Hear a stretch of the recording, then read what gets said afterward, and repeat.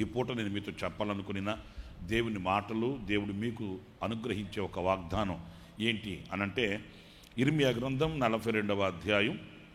ఇర్మియా గ్రంథం 42వ అధ్యాయం. తీయండి, త్వరగా తీయండి. ఇర్మియా గ్రంథం 42వ అధ్యాయం 10వ వాక్యంలోని చివరి మాటల్ని నేను చదువుతాను. జాగ్రత్తగా మీరు ఆ మాటలు వినండి. 42వ అధ్యాయం 10వ వాక్యంలోని మాటల్ని, చివరి మాటల్ని నేను చదువుతున్నాను. నేను మిమ్మును స్థాపింతును, నేను మిమ్మును స్థాపింతును, నేను మిమ్మును స్థాపింతును. హల్లెలూయా. గట్టిగా దేవునికి మహిమ కలిగినట్లుగా చప్పట్లు కొడదాం. ఆమేన్. హల్లెలూయా, హల్లెలూయా. మంచిది ప్రియులారా, మరి ఈ సంవత్సరంలో ప్రభు మనకు ఈ వాగ్దానాన్ని నెరవేర్చేటట్లు మనం ప్రార్థించుకోవలసిన అవసరం ఎంతైనా కూడా ఉంది. వాగ్దానాలు నేను చాలాసార్లు చెప్తుంటాను. వాగ్దానాలు మన కొరకు రాత్రికి రాత్రే పుట్టక రావు. మనం పుట్టక మునిపే దేవుడు మన కొరకు చేసి ఉంచిన వాగ్దానాలని మనం స్వతంత్రించుకోవాలి. ఓకే, వాటిని మనం ప్రభు సన్నిధిలో అడిగి పొందుకోవాలి. ఆయన మనకు అనుగ్రహించిన వాగ్దానాలు ఏవి కూడా నిరర్ధకమయ్యేవి కావు. వాగ్దానాలు ఎప్పుడు కూడా ఎక్స్పైరీ అయిపోయి, డేట్ అయిపోయి, పాడైపోయి, పాసిపోయి అయిపోయిందండి, దాని టైం అయిపోయింది అనడానికి దేవుని మాటకి ఆ మాటలు కుదరవు. ఎందుకంటే ఆ మాటలు జీవపు ఓటలు. ఆ మాటలు ఎప్పటికప్పుడు నూతనమైనవి, అగ్నిలో పుటమ వేయబడినవి. ఎప్పుడు మనము దేవుని మాట దగ్గరికి వెళ్ళి, ప్రభువా ఈ మాట నా కొరకు నీవు స్థాపించమని, నా కొరకు ఈ వాగ్దానాన్ని స్థిరపరచమని, నెరవేర్చమని ఎప్పుడు మనం ఆయన సన్నిధిలో కోరుకున్నప్పటికీ, మన పితరులతో చేసిన వాగ్దానాన్ని, మన పెద్దలతో చేసిన ఆ వాగ్దానములను ఆయన మన పక్షమున్న వాటిని రుజువు చేస్తాడు. నేను గతంలో కూడా మీకు 1-2 సార్లు చెప్పాను. ఏంటది? అబ్రహాముతో చేసిన వాగ్దానాన్ని ఇసాకుకి ఆయన నెరవేర్చాడు. అలాగే దావీదుతో చేసిన నిబంధనని, వాగ్దానమును సొలొమోను ఎడల ఆయన నెరవేర్చాడు. ఇలాగా మన పితరులతో చేసిన వాగ్దానాల్ని ఈనాడు మనం కనుక ఆ యోగ్యతని కలిగిన వారమైతే, ఆ వాగ్దానాన్ని పొందుకోవడానికి అర్హత కలిగిన వారమే అయితే, ఆ వాగ్దానాన్ని పొందుకోవడానికి మనల్ని మనం దేవుని ఎదుట పవిత్రమైన పరిశుద్ధమైన జనముగా మనం తీర్చిదిద్దుకున్నప్పుడు నిశ్చయముగా ఆ వాక్యం మనలో నెరవేర్చబడుతుంది. ఆ వాగ్దానం మనలో నెరవేర్చబడుతుంది. వాగ్దానం యొక్క నెరవేర్పుని మనం పొందుకొని సాక్షిగా, పత్రికగా ఉండగలుగుతాం. గనుక ఇక్కడ నేను మీతో చెప్పాలనుకున్న దేవుని మాటలు ఏంటంటే, నేను మిమ్మును స్థాపింతును. స్థాపించడం, స్థిరపరచడం కదండి. ఆయనే మనల్ని ఎన్నుకోవడం, కోరుకోవడం. నేను మిమ్మల్ని స్థాపిస్తాను. నిజమే, మన శక్తి ఎంతవరకు అనంటే దేవుని శక్తి ఎదుట నిలిచేంత కానే కాదు. మన జ్ఞానం ఎంత అనంటే దేవునితో పోల్చదగినది నిలబడడం కాదు, పోల్చదగినది కూడా కాదు. మనం చాలా బలహీనులం దేవుని ఎదుట, చాలా శక్తిహీనులం దేవుని ఎదుట. మన శక్తి, మన భక్తి, మన బలము, మన ధనము, మన జనము, వీటి మీద మనం వేదికగా వేసుకొని వాటి మీద నిలబడకూడదు. చాలా సందర్భాల్లో మనకు ఒక ధైర్యం ఉంటుంది. ఆ ధైర్యం దేవుని ఎదుట ఉండకూడదు. నేను చెప్పేది వింటున్నారండి? నాకు అలాగా, నాకు ఇది ఉంది, నాకు అది ఉంది, నాకు ఇంత ఉంది, నాకు చదువు ఉంది, నాకు డబ్బు ఉంది, నాకు కులం ఉంది, నాకు గోత్రం ఉంది, నాకు పలుకుబడి ఉంది, నాకు మా వాళ్ళు ఉన్నారు. ఇలాంటివి ఏవి కూడా దేవుని ఎదుట మనం దీవెన పొందుకోవడానికి సరిపడేవి కావండి, కానే కావు. ఎందుకంటే మనకి ఎంత ఉన్నా, ఏమి ఉన్నప్పటికీ ఆయన గనక దానిని స్థాపించకపోతే, మీరు చాలాసార్లు వాక్యాలు చదువుతుంటారు, యెహోవా ఇల్లు కట్టించని ఎడల కోట్ల రూపాయలు చేతులు పెట్టుకుని ఉన్నా ఆ ఇల్లు కట్టబడదు. మీరేమనుకుంటారు? డబ్బులుంటే కట్టేస్తాం కదా, డబ్బులుంటే పడేస్తాం కదా, వాళ్ళకి చచ్చినట్టు వచ్చి కడతారు కదా అనుకుంటారు. కానీ అది కట్టబడదు. డబ్బు ఉన్నంత మాత్రాన కట్టబడదు, మనుషులు ఉన్నంత మాత్రాన కట్టబడదు, ఆధిపత్యాలు, అధికారాలు ఉన్నంత మాత్రాన కట్టబడదు. లేక మనకి ఏదో టాలెంట్ ఉంది, మరిన్ని చేసేస్తా, మరిన్ని చేసేస్తా, 100 6 చేసేస్తా, 6 100 చేసేస్తా, నాకు అంత టాలెంట్ ఉంది అనుకుని ఒకవేళ ఆ టాలెంట్ మీద మనం ఆధారపడినా అది నెరవేర్చబడదు. అందుకే కీర్తనకారుడు ఇప్పుడు కాదు, అప్పుడే రాసి పెట్టాడు. ఏం రాసి పెట్టాడు? యెహోవా ఇల్లు కట్టించని ఎడల దానిని కట్టుకోవాలని ప్రయాసపడడం వ్యర్థమే. ఒక కావలివాడు చెప్పండి ఆ పట్టణమును కాపాడుకుంటున్నాడు. దేవుడు గనక ఆ పట్టణాన్ని కాపాడకపోతే ఈ కావలివాడు రాత్రి అంతా గొడ్ల గుబులా కూర్చొని ఫ్లాస్కోల్ కాఫీ కాసుకొని, అర్థమైందా, గుర్కా పని చేసి లెఫ్ట్ రైట్ అని తిరుగుతున్నా కాపాడవలసిన దేవుడు కాపాడకపోతే ఇక మన ప్రయాస అంతా కూడా నిష్ప్రయోజనమే, వ్యర్థమే అన్నప్పుడు ఈరోజు మనం వివేచించవలసింది ఏంటంటే, ఈ సంవత్సర ప్రారంభంలోనే నా దేవుడు నన్ను స్థాపించాలి, నా దేవుని మూలముగా నేను స్థాపించబడాలి, నా దేవుని మూలముగా నేను నిలబెట్టబడాలి, నా దేవుని మూలముగా నేను ఎన్నుకొనబడాలి, ఆయన మూలముగా నేను కోరుకొనబడాలి, ఆయన మూలముగా నేను ఏమైనా చేయగలగాలి అని రాత్రి ప్రభువా ఈ వాగ్దానమును నా ఎడల మీరు స్థిరపరిచి నన్ను స్థాపించండి నాయనా, నన్ను స్థాపించండి అని కోరుకోవాలి. ఆయన స్థాపించాడు అనుకోండి, ఎవడైనా పెళ్ళగింపగలడా? మీరు చెప్పండి. ఆయన స్థాపిస్తే ఎవడైనా మనల్ని కదపగలడా? ఊరకనే స్కూల్లో విసిగిస్తూ ఉన్నాడంట మనం ఆ సహోదరిని. ఎందుకనంటే క్రిస్టియన్ అని, ప్రభువుని ఎరిగిన వ్యక్తి అని, చీటికి మాటికి మీ దేవుడు చేసి పెడతాడులే పో అంటాడంట, మీ దేవుడు ఇస్తాడులే పో అంటాడంట, మరలా మీ దేవుడు అట్లా చెప్పాడా అంటాడంట. ఆవిడ అంటది, ఆ సహోదరి అసిస్టెంట్ అంటదట వాళ్ళ ప్రిన్సిపల్తో, సార్ దేవుడు సంగతి ఇప్పుడు ఎందుకు సార్, దీనికి దేవుడికి ఏం సంబంధం, మీరు నాకు అది చెప్పారు, నేను ఇలా చేశాను, ఏదైనా లోటుపాటు ఉంటే చెప్పండి, దానికి మరలా మీరు మాటికి దేవుడు అని దాన్ని అడ్డం పెడతారేంటి సార్, అట్లా అంటే పక్క నవ్వి పరిహాసం చేస్తాడంట. ఒకరోజు ఏం జరిగింది, ఏదో చీటికి మాటికి ఆయన ఏదో అన్నాడు, వెంటనే ఈమె కూడా ఇంక సహించలేక ఒక మాట అనిందంట, ఇది చిలికి గాలివాన అయిందంట. వెంటనే ఆయన అన్నాడంట, నీ అంతు తేలస్తాను అన్నాడంట. చూడండి ఏం పనులు, ఈ పనులు, ఈర్ష. ఆ సహోదరి ఏదో ప్రభువుని నమ్ముకొని మట్టుగా గుట్టుగా ఉంటుందని, సరే నీ గిట్టకపోతే వదిలే, అంతేగాని ఈ రాశిలం పని పెట్టే ఈ ఏమంటుందండి సాడిస్ట్ అండి. నస, కొస కాదు, నస ఏదో ఉంటుంది మనసులో.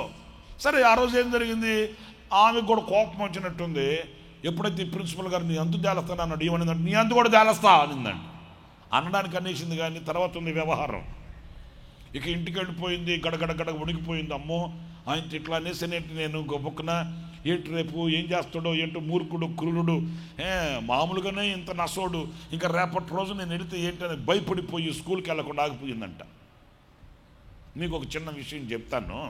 ఆ తర్వాత 6 రోజులు అయిపోయింది, స్కూల్కి వెళ్ళాల. పాస్ గారి దగ్గరికి వెళ్ళి సంగతి చెప్తే పాస్ గారు తిట్టాడట. తప్పు కదమ్మా, ఆయన ప్రిన్సిపల్ పెద్ద, ఆయన నీకంటే ఉన్నత స్థితిలో ఉన్నవాడు. ఒక మాట అంటే మనం తగ్గించుకుంటే ఏమైంది, అలాగనొచ్చా, తిరగబడచ్చా, అట్లాగా తప్పు కదా. మూర్ఖులైన మీ యజమానులకు లోబడి ఉండమని వాక్యం చెబుతుంది కదా, అంతే కదండి. గనుక అలా చేయడం తప్పు కదమ్మా అని పాస్టర్ గారు చెప్పాల్సిన మాటలు చెప్పి వెళ్ళేటప్పుడు ఏం చేస్తామంటే, ఏదన్నా ఫ్రూట్స్ తీసుకెళ్ళు, యాపిల్స్ ఇంకా ఫ్రూట్స్ తీసుకెళ్ళి సారీ చెప్పు, సార్ నేను ఏదో కొంచెం ఉద్రేకంలో ఆవేశంతో అట్లా అనేసి క్షమించండి అని ఒక మాట చెప్పి అయిపోద్ది కదా. ఈ ఫ్రూట్స్ ఇచ్చి అలాగా చెప్పేసి అట్లా అని చెప్తే, పాస్టర్ గారు అండి నా తప్పేవడిది ఒప్పేవడిది కాదు ఇప్పుడు కావాల్సింది, జరిగిన తప్పు ఎవడి వల్ల కానీ నువ్వు తగ్గించుకోవడం మంచిది, ఎందుకంటే ఆయన పెద్దోడు. అలా బుజ్జగించి పంపించాడు. సరే ఆ రోజు కష్టం మీద వెళదామా వద్దా వెళ్ళకపోతే ఎలా కుదురుతుందని వారం రోజులు పైన పడింది. ఆ తర్వాత స్కూల్ దగ్గరికి వెళ్తే వాచ్మెన్ గేట్ దగ్గర ఉండి పలకరించాడంట, అమ్మ నీకు ఒక దండం, నీ దేవుడికి ఒక దండమే తల్లి అన్నాడట. ఏమయ్యా అంటే, నువ్వు ఆ మాట నీ సంగతి కూడా తేలస్తానని అంటూ వెళ్ళిపోయావు. ఆ రోజున మరలా మీరు స్కూల్కి రాలేదు, మా ప్రిన్సిపల్ గారికి ఊస్టింగ్ పోస్ట్ వచ్చిందిగా అన్నాడంట. కాదండి, ఈ సహోదరికి గుండె జల్లుమని ఏంటండి ఊస్టింగ్ పోస్ట్ ఏంటి, ఏమైంది అట్లా అంటే విషయాలను చెప్పి అయ్యగారు దొరికిపోయాడు పలానా విషయంలో, అయ్యగారిని సస్పెండ్ చేసి ఇంటి దగ్గర ఉన్నాడు పో అని చెప్పి. ఈ సహోదరి అక్కడికి వెళ్ళకుండా మళ్ళీ పాస్టర్ గారి దగ్గరికి వచ్చి, పాస్టర్ గారు అంటే ఇదేం కర్మండి, మూలుగా నక్క మీద 3 తిన్నలు కాయబడిందంట. నేనేదో నోటి అనేసి నాకు దుడుస్తా మాట.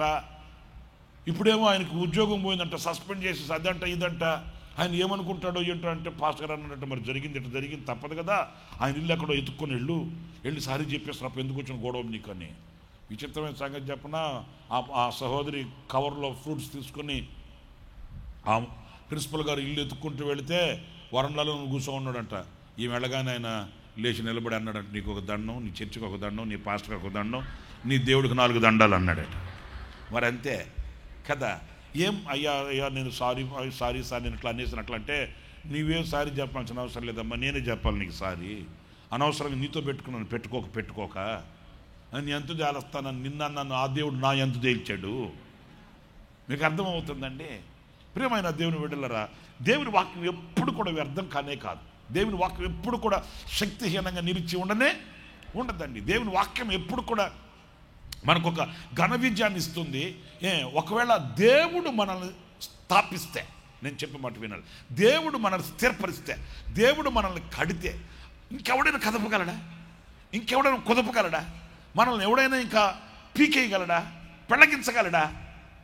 4-5 తరాలు కాదు కదా, 10-15 తరాలు వచ్చినా నిన్ను ఎవడు కదపలేడు. ఒకవేళ సూటిపోటి మాటలతో నీ అంతు జాలస్తా, నన్ను నరికి పోగులేసేస్తా, ఇదే నాటుకోడా నరికి పోగులేయడానికి, పోగులేసేస్తా, రక్తం దాగేస్తా, ఇలాగ కొన్ని పోకిరి మాటలు మనం వింటుంటాం.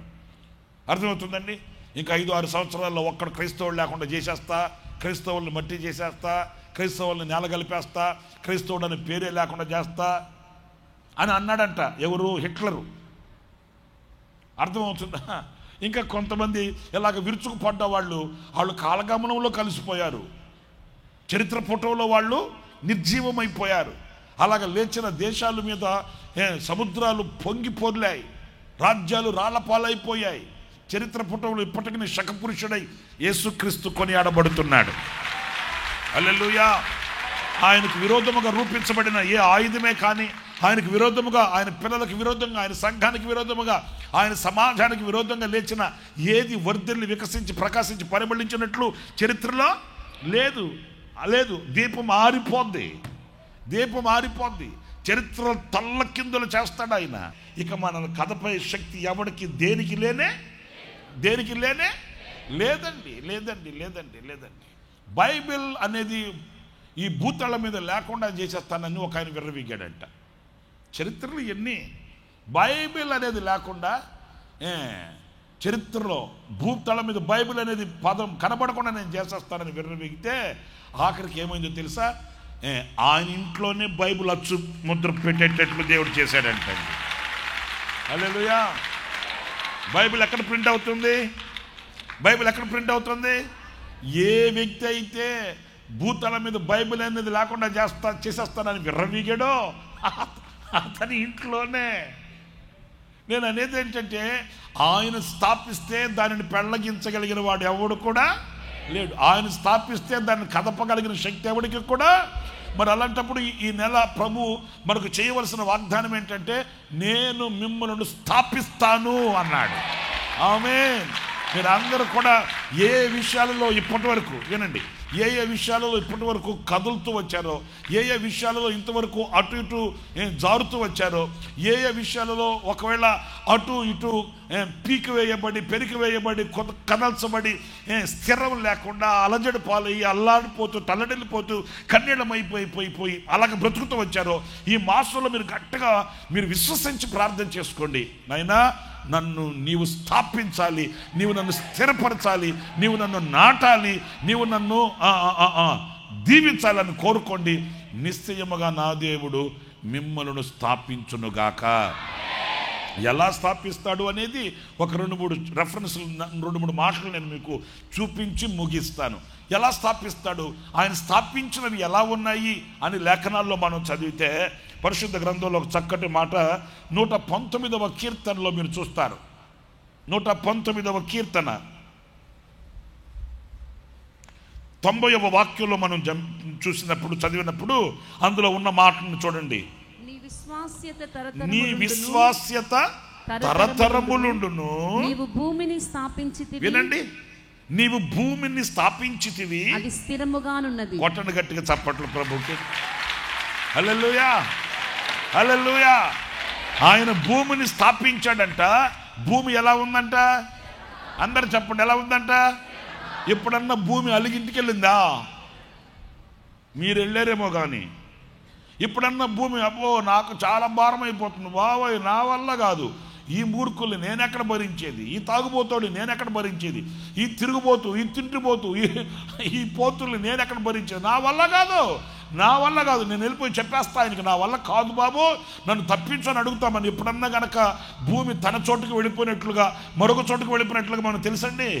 లేదు. దేవుడు ఆ రోజు ఆజ్ఞ ఇచ్చాడు. దేవుడు ఆ రోజు పలుకాడు ఒక పలుకు. దేవుడు ఒక కర్తవ్యాన్ని పెట్టాడు. ఏం పెట్టాడు? ఇదిగో నీవు ఇలా ఉండాలి, నిన్ను నీవు ఇలాగ మార్చుకోవాలి, నీ చుట్టూ నువ్వు తిరగాలి, నువ్వు తిరుగుతూ వాళ్ళ చుట్టూ కూడా తిరగాలి అని ఒక ప్రోగ్రాం పెట్టాడు. హలో అంటున్నారా? ఓ ప్రోగ్రాం. ఇప్పటికీ ఈనాటికి ఇన్ని వేల సంవత్సరాలు అవుతున్నప్పటికీ, ఇన్ని యుగాలు గతించిపోతున్నప్పటికీ ఆయన పలికిన పలుకుకు కట్టబడి ఉందా, లేకపోతే ఆ మాట పట్టించుకోకుండా తిరుగుతుందా? మీరు చెప్పండి. సరే కానీ ఒక మాట అడుగుతాను. మీ ఇంటికి ఎన్నో పునాదులు వేస్తారు. ఈ భవంతికి ఎన్నో పునాదులు వేసాం. ఓ ఇన్ని పిల్లర్లు కట్టాం, ఇన్ని పునాదులు వేసి ఇంత పకడ్బందీగా కట్టి లేపితే శుభ్రంగా ధైర్యంగా కూర్చున్నాం ఇక్కడ కదా. మరి ఇంత పెద్ద భూతలానికి, ఈ భూమికి ఏమైనా పిల్లర్లు ఉన్నాయా? ఏమైనా ఆధారాలు ఉన్నాయా? ఏదైనా సపోర్ట్ ఉందా? తాడుగట్టి ఏలాడదీశాడా? ఏమీ లేదు, ఏమీ లేదు. ఈ శూన్యంలో, ఈ విశాలమైన విశ్వంలో ఈ భూమి హ్యాంగ్ అవుతుంది, వ్రేలాడుతుందండి. క్రికెట్ ఆడేవాళ్ళు బాల్ని ఇలా తిప్పుతారు కదా, అలా తిప్పితే చేత్తో పట్టుకోకపోయినా ఆ బంతి అలా తిరుగుతూ ఉంటుంది. అలాగే ఇన్ని వేల సంవత్సరాలు అవుతున్నప్పటికీ ఏ ఆధారాలు లేకయే ఆ భూమి అలాగే నిలిచి ఉందంట. ఇప్పుడు భూమిని అడుగుదాం. ఏమడుగుదాము? ఏంటి భూమి, ఎలా ఉన్నావు, ఎలాగా నువ్వు నిల్చున్నావు, ఎలా తిరుగుతున్నావు అని భూమిని అడిగితే భూమి ఏమంటుందంటే, ఆయన నన్ను స్థాపించాడు గనుక ఏ ఆధారాలు లేకపోయినా నేను అలాగే నిలిచి ఉన్నాను. హల్లెలూయా. చిన్నప్పుడు స్కూల్కి వెళ్ళేటప్పుడు బ్యాగ్ తగిలించుకొని స్కూల్కి వెళ్ళేటప్పుడు అండి, స్లిప్పర్స్ ఏంటి అవి? పారగాన్. Very good. పారగాన్ 25 రూపాయలు ఏముంటాయి అప్పట్లో. ఇప్పుడు ఎంత ఉన్నాయి నాకు తెలియదులే. ఇప్పుడు ఎవడు వాడుతున్నాడు ఏంటి? ఇప్పుడంతా హీల్స్. అమ్మా, పారాగాన్ చెప్పులు వేసుకుని, రబ్బర్ చెప్పులు వేసుకుని కాళ్ళు ఈడ్చుకుంటూ వెళ్తా ఉంటే పెద్దోళ్ళు అక్కడ కూర్చొని అరుగు మీద రచ్చబండ దగ్గర కూర్చున్న వాళ్ళు ఏమన్నా, రే ఏంటి కాళ్ళు ఈడుస్తా నడుస్తావేంటే? భూతల్లి బాధపడుతుంది. ఏ తల్లి? భూతల్లి బాధపడుతుంది. కాళ్ళు ఏడో బాకరా, కాళ్ళు ఎత్తినాడు, కాళ్ళు ఎత్తే ఈడుస్తావేంటే? ఈ ముసలుడు అంటాడు కానీ భూమి ఇప్పుడు అంటది ఆ మాట కదండి. ఎన్ని విపత్తులే, ఎన్ని ఆపదలే, ఎన్ని కష్ట నష్టాలే, ఎన్నో వచ్చినప్పటికీ కూడా ఆయన పెట్టిన గిరి దాటకుండా, ఆయన ఉంచిన స్థానాన్ని తప్పిపోకుండా, ఆ మాటకు కట్టుబడి, ఆ ఆజ్ఞలకు శిరస్సు వంచి ఈ భూమి స్థిరంగానే ఉందంట. స్థిరంగానే ఉందండి. దీనికి ఎవడు సపోర్టు, ఎవడు రిపోర్టు, ఎవడు శక్తి సామర్థ్యతలు అవసరం లేదండి. నేననేది ఏంటంటే, ఈ వాక్యాన్ని బట్టి ఆయన మనల్ని స్థాపిస్తాడంట. ఆయన స్థాపించిన వాటిని చూసినప్పుడు మనకు ఒక స్థైర్యం కలుగుతుంది. ఇప్పుడు ఏదన్నా ఒక వర్క్ చేసే అతను మన దగ్గరకు వచ్చాడు అనుకోండి, ఆర్డర్ కొరకు, అతను ఏం చేస్తాడు? గతంలో అతను చేసిన వాటిని మనకు చూపిస్తాడు. ఏమండి, గుడివాడలో నేను ఇట్లా ఒక ఇల్లు కట్టానండి, చాలా చక్కగా వచ్చింది, ఇదిగో దాని ఫోటోలు ఇదిగోనండి, ఆ గుడివాడలో ఒక ఇల్లు కట్టాను, బెజవాడలో ఒక ఇల్లు కట్టాను, ఏలూరులో ఒక ఇల్లు కట్టాను, నెల్లూరులో ఒక ఇల్లు కట్టాను, గూడూరులో ఒక ఇల్లు కట్టాను, గుడివాడలో ఒక ఇల్లు కట్టాను. అన్ని మోడల్స్ చూపిస్తాడు. చూపించి ఇదిగో నా వర్క్ ఇట్లా ఉంటుందండి, నా ఫినిషింగ్ ఎలా ఉంటుందండి, మా సిస్టమ్ ఎలా ఉంటుందండి అని చెప్తే అవి చూసిన తర్వాత ఓకే రేపు రాత్రికి రా, రేపు సాయంకాలం మాట్లాడుకుందాం మనం అని చెప్తాం. ఇప్పుడు ఆయన మనల్ని స్థాపిస్తాడు. మరి స్థాపించిన వాటిని చూడండి. ఆయన భూమిని స్థాపించినప్పుడు ఆ భూమి ఎలా ఉందంట? కదలని పరిస్థితులలో వేల సంవత్సరాలు అవుతున్నా, వందల సంవత్సరాలు అవుతున్నా, యుగాలు గతించిపోతున్నా, ఎన్ని ఆపదలు విపత్తులు వచ్చినా ఆ భూమి కదలట్లేదు. ఈ రాత్రి దేవుని వాక్యానుసారంగా మనం విశ్వసించవలసింది ఏంటంటే, ఆయన చేత స్థాపించబడిన నేను కూడా కదల్చబడను. హల్లెలూయా. చిన్ని వాటికి కదల్చబడిపోతుంటామండి, చిన్ని వాటికి కదిలిపోతుంటామండి, చిన్ని వాటికి జారిపోతుంటామండి, చిన్న వాటికి దేవునికి దూరం అయిపోతుంటామండి. ఏదో పెద్ద పెను బండలు వచ్చి పెను తుఫానులు వచ్చి మన మీద పడాల్సిన అవసరం లే. చిన్నవి వింటున్నారా నేను చెప్పే మాట? ఆ చిన్నవి తటస్థించగానే విశ్వాసం నుంచి దారిపోతుంటాం, దేవుని ప్రేమలో నుంచి దారిపోతుంటాం, ప్రార్థనకు దూరం అయిపోతుంటాం, దేవుని సన్నిధికి దూరం అయిపోతుంటాం. ఒక్క మాటలో చెప్పనా, అసలు దేవుడు అంటేనే ఎవడో ఎరగను అన్నట్లుగా ప్రవర్తిస్తుంటామండి. అన్న చెప్తుండేవాళ్ళు ఒక సాక్ష్యం. అదేంటంటే, ఒక ఇంటికి ప్రార్థన చేయడానికి వెళ్తే సాయంకాలం 4-5 గంటలకి ఆమె ఆ నీళ్ళ తొట్టి దగ్గర కూర్చొని అంట్లు గడుక్కుంటుందంట. అన్నిళ్ళమ్మా వందనాలమ్మా, మరమ్మ గారు అమ్మ వందనాలమ్మా అంట. తిరిగి కూడా చూడలేదంటండి. తిరిగి కూడా చూడకపోతే ఆ పెరట్లో కూర్చున్న మనవడు వాడు హోంవర్క్ చేసుకుంటూ పెరట్లో కూర్చున్నవాడు ఇంకా అన్న 2-3 సార్లు అమ్మా మరమ్మ గారు వందనాలమ్మా అంటుంటే ఆమె తిరిగి కూడా చూడకపోతే ఆడికి ఏమనిపించదు, ఓ నాయనమ్మో పాస్టర్ గారు వచ్చాడే అన్నాడంట. అప్పటికన్నా మేలుకుంటుందని ఆమెను అంట్లు కడుక్కుంటుంది. నాయనమ్మా పాస్టర్ గారు వచ్చాడే అంటే ఆమె అంట్లు కడుగుతూనే అంటుందట, రే పాస్టర్ గారు గేస్తున్నాడు పోరా అనిందంట. అయ్యో బాబోయ్. ఇక వెంటనే అన్నుండి ఆడు మనవడుండి, ఇదా ఏ పాస్టర్ గారే మన చర్చి పాస్టర్ గారు, చర్చి లేదు గిర్చలేదు పరా. ఇంక వెంటనే యేసన్న గారికి దడ పుట్టిందంట. ఇంక వాడు కనుక దేవుడు గీవుడు అంటే దేవుడు లేడు గీవుడు లేడు పోరా అంటదేమోనని వెంటనే యేసన్న గారు వాడిని పిలిచాడు, ఎట్లారా అని వాడిని పక్కకి తీసుకెళ్ళి అడిగాడట, ఏంట్రా మీ నాయన మాట మాట్లాడుతుందంటే వాడు అన్నాడట, ఓ అమ్మ నువ్వు ఇదే అన్నావా, మేము నిన్నటి నుంచి వింటున్నాం. ఏమైందిరా అంటే మా ఇంట్లో నిన్న బక్కతోడు చచ్చిందిగా. ఏం చచ్చింది? బక్కతోడు చచ్చిందిగా. అందుకని నిన్నటి నుంచి మా నాయనమ్మ నోటుకు వచ్చినట్టు మాట్లాడుతుంది. సరేరా ఎందుకు చచ్చిందిరా బక్కతోడు అంటే వాడు చెప్తున్నాడండి పిల్లడు, ఎందుకు చచ్చిందిరా అంటావేంటి, పాలన్నీ పిండుకొని పాల బూతుకు పోసుకుంటుంది, ఆ దూడకేమో పచ్చగడ్డి నోట్లో పెట్టి తోపింది, అదేమో పచ్చగడ్డి తిని ఇరేషన్లు బట్టి చచ్చింది. ఇప్పుడు మా నాయనమ్మేమో దేవుడు నాకు తోడుగా ఉంటే నా బక్కదోడు ఎందుకు చచ్చింది అంటే దేవుడు ఈ దూడలు మేపుకుంటూ కూర్చుంటాడా? తిక్క మొహరామ సుబ్బమ్మ. దేవుడు ఈ దూడను మేపుకుంటూ కూర్చుంటాడా? ఆ పిల్లడుకున్న వివేకం కూడా లేదు, ఆ పిల్లగాడుకున్న ఆలోచన కూడా లేదు. ఆడు చెప్తున్నాడంట, పాలన్నీ పిండుకొని పాల బూతుకు పోసుకొని ఆ పసిదూడకి గడ్డి పెడితే అదేం తింటుంది, తిని ఇరేషన్లు బట్టి చచ్చింది అది. ఇప్పుడు దేవుడు నాకు ఎందుకు అన్యాయం చేశాడు, దేవుడు నన్ను ఎందుకు నలుపుతున్నాడు, దేవుడు నన్ను ఎందుకు తొక్కుతున్నాడు, ఇది దరిద్రపు మాటలండి. ఓ అదే సంగతి, సర్లేరా మీ నాయనమ్మ బాగున్నప్పుడు వస్తలేరా అని వెళ్ళిపోయాడంట. మీకు అన్న చెప్తుండేవాడు చాలాసార్లు వేదికల మీద. సరే ఇంకో మాట చెప్తా. ఒక 3-4 నెలల తర్వాత అంట ఒక ఉత్తరం వచ్చిందంట. అప్పట్లో పోస్ట్ కార్డులే కదా, ఉత్తరాలే కదా, పోస్ట్ కార్డులు రాశారా మీరు ఎప్పుడన్నా? హలో ఇంత కార్డు, ప్రియాతి ప్రియమైన బావగారికి నేను శుభము మీరు శుభము అని తలంచుచున్నాను, అంతే కదండి. 4 మాటలు ముద్దుగా రాసి 5వ మాట దగ్గర స్టార్ట్ చేస్తాం. ఎందుకు పుట్టానా, ఎందుకు ఉంటున్నానా, ఎందుకు తింటున్నానా అర్థం కావట్లే, బతకడం కంటే సావడం అని అనుకుంటున్నాను, ఏం లేదు బావా నాకు ఒక 10,000 రూపాయలు కావాలి దయచేసి పంపించు, అంతే. ఇంకా అంతకు మించి ఏం పట్టదు అక్కడ. పోస్ట్ కార్డు 15 పైసలు, 15 పైసలు అంతేనా కదా. అప్పట్లో ఆ పోస్ట్ కార్డులే కదా. మందిరానికి ఒక పోస్ట్ కార్డు వచ్చిందంట. ఏంటని చూస్తే ఆ ఒక ప్రాంతంలో నుంచి యేసన్న గారు ఫలానా ఆమె కొత్తగా ప్రభువుని నమ్ముకుంది కదా, ఆమె ప్రభువుని నమ్ముకుని అప్పుడప్పుడు దేవుని మందిరానికి వస్తుంది కదా, వాళ్ళ ఇంట్లో కొంచెం విషాదం జరిగింది, వాళ్ళ అబ్బాయి చనిపోయాడు, కొంచెం మీరు వచ్చి పలకరిస్తే బాగుంటుంది అని ఆ ప్రాంతంలో ఉన్న విశ్వాసి ఒక ఆమె రాసి ఒకరు కుటుంబం రాశారంట. అన్నారు ఆ ఉత్తరం చూడగానే, అయ్యో బాబోయ్, ఆ ప్రభువుని నమ్ముకున్నాం కదా, నిజంగానే మరి ఇప్పుడు ఇట్లా జరిగింది, కొడుకు చనిపోయాడు అంటున్నారు. మొదలే భర్త కొళ్ళాడు పాపం, ఆమెకి ఉన్న కొడుకు కూడా చనిపోయాడా, సరే వెళ్ళి పలకరించి వద్దామని చెప్పి ఆయనకున్న వసతులను బట్టి ఒక 4-5 రోజుల తర్వాత ఏదో పని కట్టుకొని వెళ్ళాడట వాళ్ళు ఊరు పలకరించేసి వద్దామని. వెళ్తే అన్న బస్సు దిగి ఆ ఇంటికి వెళ్తున్నాడంట. ఇంకా మనాడు సంగతి మీకు తెలుసు కదా, ఈ నోట ఆ నోట పెదాలు దాటితే పెనుగొండలు దాటిపోతుంట మాట. అన్న ఇంటికి ఇంకా వెళ్ళలేదంట. వెళ్ళక మునిపే వాళ్ళు వీళ్ళు చెప్పుకుంటూ అప్పటికే ఆమె చెప్పారంట, నేసన్న గారు వస్తున్నాడని. సరే అన్న వెళ్ళాడు. ఇంటికి వెళ్తామే పాపం అన్న నాకు ఫోన్ ఇచ్చిందంట, వందనాలయ్యా, స్తోత్రాలయ్యా, ప్రైజ్లోడయ్యా.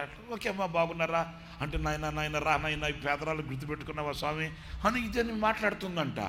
అన్నకేం అర్థం కాలేదంట.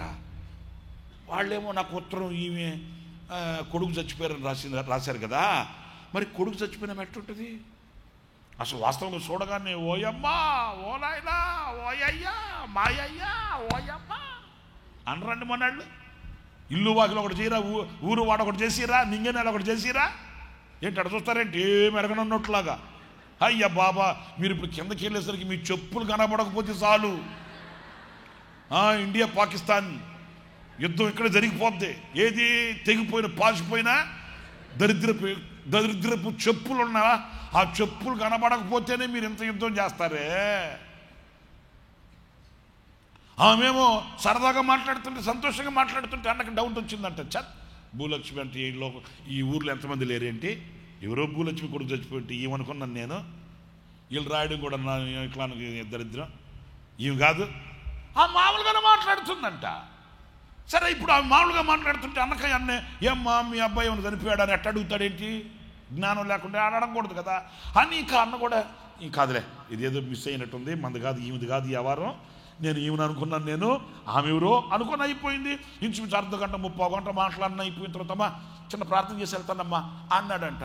అప్పటికి కూడా ఆమె అంటుందంట, నాయన ఎండ పూట వచ్చావు, కొంచెం అంత అన్నం తినేసిపోనాయన అంటే, అన్న కూడా అనుకున్నాడట విషయం తేలలేదు కదా, సబ్జెక్ట్ క్లియర్ అవ్వలేదు కదా, సరే భోంచేసి వెళ్దాం. సరే అమ్మ అంటే అన్నం పెట్టిందంట, తిన్నాడంట, అంత అయిపోయింది. ఆఖరిలో ప్రార్థన కూడా చేస్తే ఇంకా వస్తానమ్మా అంటే అప్పుడు అంటుందంట, నాయన నేను కూడా బస్ స్టాప్ దాకా రానా అనిందంట.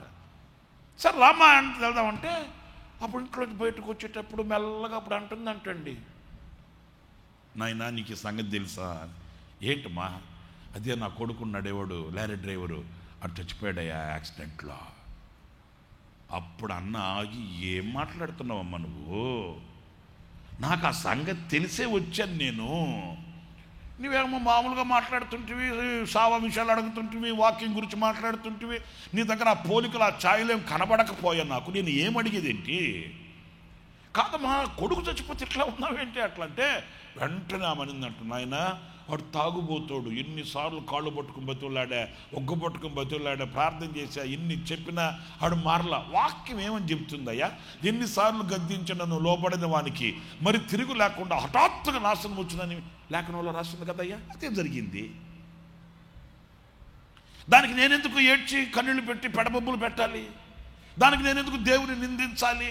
వాక్యం నెరవేర్చబడింది నాయన, దేవుడు అన్యాయం చేసేవాడు కాదు కదా. అయినా నాయనా అలాంటి తాగుబోతాడు నా కొడుకు అని చెప్పుకునే దానికంటే నువ్వు నా కొడుకు కదా బాబా అనిందంటండి.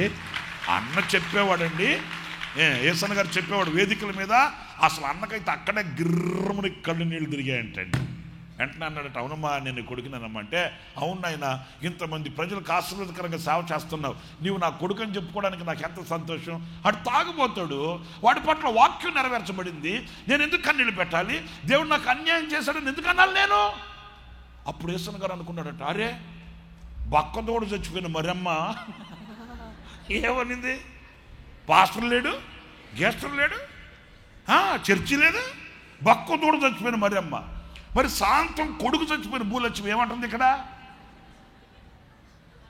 మీకు అర్థమైందా. సరే వాడిద్దరి సంగతి పక్కన పెట్టి మీరేమంటున్నారు ఆలోచించాలి రాత్రికి. మరి ఎందుకు ఈ మాట చెప్తున్నానంటే, కదిలిపోతున్నారు ఈ రోజున. ఏది పెద్ద పెద్ద పిడుగులు పడాల్సిన అవసరంలే, పెద్ద పెద్ద సునామీ రావాల్సిన అవసరంలే, లేకపోతే కాళ్ళ కింద భూమి కదలాల్సిన అవసరం లేదు, ఆకాశపు తూమిళ్ళు విప్పబడవలసిన అవసరం ఏం. చిన్న చిన్న సుడిగాలులకి, చిన్న చిన్న పెను తుఫానులకి, చిన్న చిన్న ఇబ్బందులకి ఈరోజున కదిలిపోతున్న అనుభవాల్ని ఈరోజున లోకంలో విశ్వాస జీవితంలో మనం చూస్తున్నామండి. అందుకే వాక్యం ఏమంటుందంటే, ఆయన భూమిని స్థాపించాడంట, అది స్థిరంగా ఉందంట. నా దేవుడు ఈ రాత్రి నిన్ను స్థాపిస్తే లోకమే ఏకమైన లోకులే కాకులైన నింగి నేల ఒకటైనా ఇక నీవు కదల్చబడవు. హల్లెలూయా చెప్పండి, హల్లెలూయా, హల్లెలూయా. నేను అపోస్తుల యొక్క జీవిత చరిత్ర ఒక చిన్న పుస్తకం చదువుతుంటే అందులో నాకు ఒక చిన్న మాట దొరికిందండి. అదేంటంటే, పేతురు ఉన్నాడు కదా, పేతురు తన భార్యని ఎంటబెట్టుకుని పరిచయం చేసేవాడట. ఆ పుస్తకంలో రాస్తుందండి, ఎక్కడికి వెళ్ళినా తన భార్యని ఎంటబెట్టుకుని వెళ్తాడంట. పరిచర్యలో వాళ్ళిద్దరు సహకారంగా చాలా చక్కగా పరిచయం చేసేవాడట. సరే, వాళ్ళని తీసుకుని వెళ్ళి చెరసాలను బంధించినప్పుడు నాకు ఆ కంటి తడి పెట్టించిన ఒక మాట చెప్తాను. పేతురుని ఒక జైల్లో, పేతురు భార్యని ఒక జైల్లో వేసేసారంట. ఆ సైనికులు పేతురుతో చెప్పారంట, ఏమంటే, రేపటి రోజు నీ భార్యని చంపేస్తారు, నీ భార్యను శిరశ్ఛేదనం చేసేస్తారు, చంపేస్తారు. ఆ నెక్స్ట్ మీకు కూడా అదే ట్రీట్మెంట్ ఉంటుందేమో, మీకు కూడా అదే పనిష్మెంట్ ఉంటుందేమో అని. అప్పుడు పేతురంట, చరిత్రలండి ఇవన్నీ, కథలు కాదు, పేతురు వాడి ద్వారా ఒక ఉత్తరం రాసి పంపించాడంట తన భార్యకి. ఏమని రాసి పంపించాడంటే, నీవు నేను కలిసి దేవుని పని చేశాం, ఈ దేవుని పరిచర్యలో నీదైన శైలిలో నువ్వు సహకరిస్తూ వచ్చావు, నువ్వు నాకంటే ధన్యురాలివి, గంటల వ్యవధిలో నాకంటే ముందుగా నీవు బహుమానం పొందుకోవడానికి వెళుతున్నావు. చూసారండి, నాకంటే నీవు ముందుగా గంటల వ్యవధిలో బహుమానాన్ని పొందుకోవడానికి వెళుతున్నావు. అర్థమవుతుందా? ఈ స్థితిని బట్టి, ఈ సమయాన్ని బట్టి ప్రభుని స్తుతించు, ప్రభుని ఘనపరచు, ప్రభుని కొనియాడు. నాకంటే ముందుగా నువ్వు దేవుని సన్నిధికి వెళుతున్నావు, నాకంటే ముందుగా నువ్వు విశ్రాంతిలోకి వెళుతున్నావు, బహుమానం నువ్వు అందుకోబోతున్నావు. ఇలా ఆమెను కోఆపరేట్ చేసి ఆమెని ధైర్యపరుస్తూ ఉత్తరం రాసి పంపించాడంటే, మీరు ఆలోచించండి ఒకసారి. దేవుని చేత స్థాపించబడిన వ్యక్తిత్వం ఎలా ఉంటుంది, దేవుని చేత స్థిరపరచబడిన వ్యక్తి విశ్వాస పరిమాణం ఎలా ఉంటుంది. కళ్ళు కుళ్ళిపోతున్నా, ఒళ్ళు గుల్లైపోతున్నా, ఇల్లు ముళ్ళైపోతున్నా, నింగి నేల ఒకవేళ అతని మీద విషపు చూపును చూసి అతని మీద నిప్పుల వర్షం కురిపించినా అతడు కదల్చబడడు. ఎందుకంటే అతడు దేవుని చేత స్థాపించబడిన వ్యక్తి అండి. విశ్వాసపు పోరాటంలో మనకు ఎదురుగా నిలిచే యుద్ధాలు ఎన్నో ఉంటాయి, ఎన్నో సమరములో మనం నిలబడవలసి వస్తుందండి. మన విశ్వాసం జీవితంలో మన ఎదుట ఉన్న వాటిల్ని మనం అధిగమించి ముందుకు వెళ్ళవలసి వస్తుందే కానీ, ఆనాడు మనం అలసి సొలసి సుక్కి సొమ్మసలిపోయి కుప్పకూలిపోయి ఒకవేళ క్రీస్తు సన్నత నుంచి మనం తొలగిన వారమైతే మనం ఆయన చేత స్థాపించబడిన వ్యక్తులము కాదు అనే విషయాన్ని మీరు గుర్తించాలి. నా ప్రియమైన సహోదరులారా, సరే సమయం అయిపోతుంది, షార్ట్ చేసి ఇంకొన్ని 2-3 మాటలు చెప్తాను. ఆయన భూమిని స్థాపించాడంట. ఆ భూమి ఎలా ఉందంట? నా దేవుడు మిమ్మల్ని కూడా చెప్పండి, కదలని వారై స్థిరులుగా ఉండినట్లు ఆయన మిమ్మల్ని స్థిరపరిచి ఆయన మిమ్మల్ని స్థాపించునుగాక. హల్లెలూయా చెప్పండి, హల్లెలూయా. ఇంకొక 2వ మాట కూడా నేను మీకు జ్ఞాపకం చేస్తాను. అది ఏంటంటే 9వ కీర్తన 7వ చరణాన్ని చదువుతారండి. యెహోవా శాశ్వతముగా సింహాసనాసీనుడై ఉన్నాడు. ఆయన శాశ్వతంగా సింహాసనాసీనుడై ఉన్నాడంట. స్తోత్రం చెప్పండి. సరే, కానీ మిమ్మల్ని ఒక మాట అడుగుతాను. యేసు ప్రభుకి ఎన్ని సంవత్సరాలకి సింహాసనం మారుతుంది? మనకైతే ప్రభుత్వాలు మారాలంటే ఎన్ని సంవత్సరాలు? తక్కువని చెప్పారా నాయన, వాళ్ళ బతుకులంతా మీ చేతిలో ఉన్నట్టుంది. నిజమే, వాళ్ళ తలరాత రాసేది ఎవరు? నిజమే, మీరే. అందుకే కదా వాళ్ళు మీరంటే గడగడలాడేది. ఈ లోకరాజ్యాలు శాశ్వతం కాదు, ఈ లోకరాజ్యాలు నిరంతరం నిలిచేవి కావండి. ఎప్పుడు ఏ సింహాసనం పడిపోద్దో మనకు తెలియదు, ఎప్పుడు ఏ సింహాసనం కుప్పకూలిపోద్దో మనకు తెలియదు, కుప్పకూలిన సింహాసనం ఎప్పుడు గణపరచబడుతుందో మనకు తెలియదు. అయితే యేసయ్య మన దేవుడి సింహాసనం అలాంటిది కాదండి. ఆమేన్ చెప్పండి. ఆయన శాశ్వతముగా సింహాసనాసీనుడై ఉన్నాడంట. ఇంకొకరు మరలా ఆ సింహాసనాన్ని ఎక్కే శక్తి ఎవరికి కూడా లేదు. ఏం ఆయనే ఉండాలా, నేను ఎలగూడదా అనుకున్నాడు కర్రుడు ఒకడు. వాడెవడాడు? ఎవరాడు? చెప్పరేంటండి? సరే అనుకున్నాడు, ఉండగలిగాడా? వెళ్ళగలిగాడా? సాధించగలిగాడా? ఎందుకంటే ఎవ్వరు సమీపించలేని తేజస్సులో నివసించుచున్న మహిమ గల దేవుడు ఆయన. హల్లెలూయా, హల్లెలూయా. సరే ఒక మాట చెప్తాను, జాగ్రత్తగా వినండి. ఆయన సింహాసనాసీనుడై ఉన్నాడంట. న్యాయము తీర్చుటకు ఆయన తన సింహాసనమును స్థాపించి ఉన్నాడు. కొట్టండి చప్పట్లు గట్టిగాను. ఏ కొట్టు. ఆమేన్. ఇప్పుడు నేను మీకు చెప్పగలిగింది ఏంటంటే, న్యాయము తీర్చుటకు ఆయన సింహాసనమును, ఆయన తన సింహాసనమును ఆయన స్థాపించి ఉన్నాడంట, తన సింహాసనాన్ని. ఎందుకయ్యా అంటే నీకు న్యాయం చేయడానికంట. ఆమేన్, హల్లెలూయా. బాబు నాకు న్యాయం జరగాలనుకున్న వాళ్ళందరూ చేతులెత్తి స్తోత్రం చెప్పండి. కొంతమంది అక్కడక్కడ ఉన్నారు, కొంతమంది చేయత్తల. వాళ్ళకి న్యాయం వద్దా? మీరు వచ్చి కన్నీళ్ళు గార్చి ప్రార్థన చేసుకుని వెళ్తున్నారు ఇక్కడి నుంచి, మీకు న్యాయం జరగాలన్నా వద్దా? ఇప్పుడు లేపారు చెయ్యి.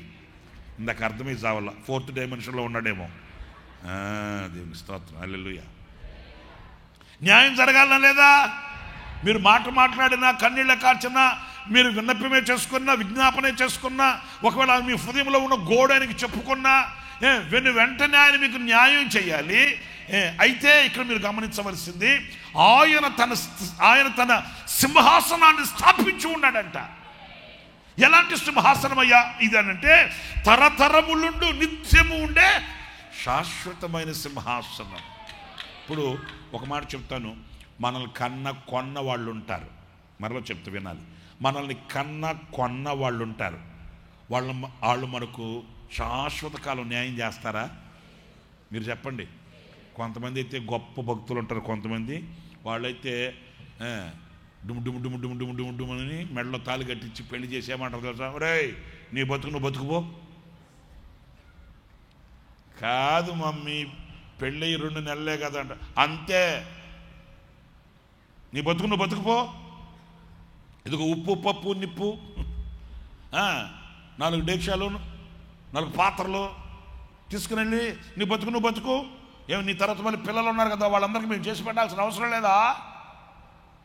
ఎంతకాలం మోస్తారు చెప్పండి? మన బడాయి మాటలు తప్ప ఏమంతి మన బడాయి మాటలు? తీగకి కాయ బరువు అవుతుందా? అబ్బా పాశమోహం వేసుకుని చెబుతాం. తీగకి చెప్పండి మనం మీరు చెప్పండి. తీగకి, మీరు నిజంగా చెప్పండి, అబద్ధం చెప్పద్దు. తీగకి కాయ బరువు అవుదా? మరేంటి? కొన్ని తీగలు వచ్చి మా దగ్గర చెప్పుకుంటుంటాయి. వాళ్ళు కార్చే కన్నీళ్ళు చూడాలి, వాళ్ళు చెప్పే మాటలు చూడాలి. అమ్మ నాయన ఇంత బరువు ఉంటుందా తీగకి కాయ అంటే? ఉంటుంది. చెప్పుకోలేక దిగంబింగుకొని దుఃఖాన్ని ఎవరికి విన్నపించుకోలేక, ఎవరికైనా చెప్తే పరువు పోతుందేమో, ఎవరికైనా చెప్తే నవ్వులు పాలైపోద్దేమో, ఇంటి గుట్టాడు చెప్పుకుంటామని దిగులు గుండెల్లో పెట్టుకుని కుమిలిపోతున్న వ్యక్తులు నాకు తెలుసండి బాబోయ్. ఏంటది చెప్పండి. కొంతమంది వస్తారు, వాళ్ళు వచ్చి ఏం చెప్తారో తెలుసా? అన్నయ్య ఏం ఆధారం లేకుండా చేసేసారు, మాకు ఏమి మేలు కలగకుండా చేసేసారు. ఇదిగో తల్లిదండ్రులుగా ఉన్నారు, పెద్దలుగా ఉన్నారే, కానీ కనీసం పిల్లలు ఎలాగ బ్రతుకుతారు, వాళ్ళ భవిష్యత్తు ఏంటి, వాళ్ళ స్థితి ఏంటి, వాళ్ళకి ఇల్లు ఏంటి, వాకిలు ఏంటి, వాళ్ళు ఏం చేసుకుని కుటుంబాన్ని పోషించుకుంటారనే విచక్షణ లేకుండా తిని తాగి తందనాలాడి వాళ్ళ జీవితాన్ని వాళ్ళ కాలం వాళ్ళు ముగించుకెళ్ళిపోయారు. కానీ మమ్మల్ని వీధులు పడేశారు అన్నయ్య అని ఏడ్చే యవనస్తులైన వాళ్ళు కూడా లేకపోలేదు. ఇక్కడ నేను మీతో చెప్పగలిగింది ఏంటంటే, ఎవరికి న్యాయం చేయలేరండి. హలో వింటున్నారా? ఎవరు న్యాయం చేయలేరండి. ఎవరు శాశ్వతంగా నేనున్నానని భుజం తట్టి బాధ్యతలు భుజాన్ని వేసుకోరండి. ఎవరికి ఎవరు శాశ్వతంగా అగ్రిమెంట్ రాసుకునే పరిస్థితులు ఏం కాదండి. ఎవరు ముందు ఉంటారో, ఎవరు వెనక ఉంటారో, ఎవరు ముందు పోతారో, ఎవరు వెనకాల పోతారో, ముందు పోతాలనుకున్న వాళ్ళు వెనకాల ఉంటారు, వెనకాల పోతాలనుకున్న వాళ్ళు ముందు ఉంటారు. నేను చెప్పాను కదా చాలాసార్లు, నాకు ఒక ముసలమ్మ తెలుసు 25-30 ఏళ్ళుగా 25-30 ఏళ్ళ నుంచి ఎప్పుడు కలిసి ఏమంటుంది తెలుసా? నాయన ఏముంది నాయన, రేపు మాపో వెళ్ళిపోతానయ్యా, ఏంది అనట్లే అంటది. ఇప్పుడు 25 సంవత్సరాలు అయింది. ఈ 25 సంవత్సరాల్లో ఎంతమంది పోయారో.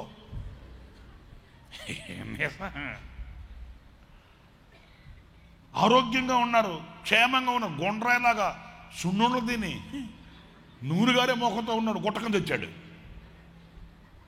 నేనే చెప్పాను మాట. ఎవరు కళ్ళలో కూడా అనుకోలేదండి. మంచి ఆరోగ్యంగా ఉండేవాడు, క్షేమంగా ఉండేవాడు. మనం ఇంకెందుకు, కొంతమంది సెలబ్రిటీ వాళ్ళు ఉన్నారు కదా, వాళ్ళల్లో కొంతమంది చనిపోయినప్పుడు పేపర్లో తర్వాత వచ్చి న్యూస్లో వేశారు. మంచి హెల్త్ కేర్ 6 నెలలకు ఒకసారి వెళ్ళి బాడీ చెకప్ చేసుకునే వాళ్ళంట. ఉదయాన్నే లేసి యోగా చేస్తారంట, ఉదయాన్నే లేసి ఎక్సర్సైజ్ చేస్తారంట, వాకింగ్ చేస్తారంట, జిమ్ చేస్తారంట. అమ్మో, అన్నీ సడన్గా నిలబడ్డట్టు కుప్ప కూలిపోయాడు. ఎందుకు చనిపోయాడో అసలు అర్థమే కాలేదు. ఎందుకు చనిపోయాడో తెలియలేదు. ఎవడు ముందో ఎవడు వెనక ఎవడో తెలియదు.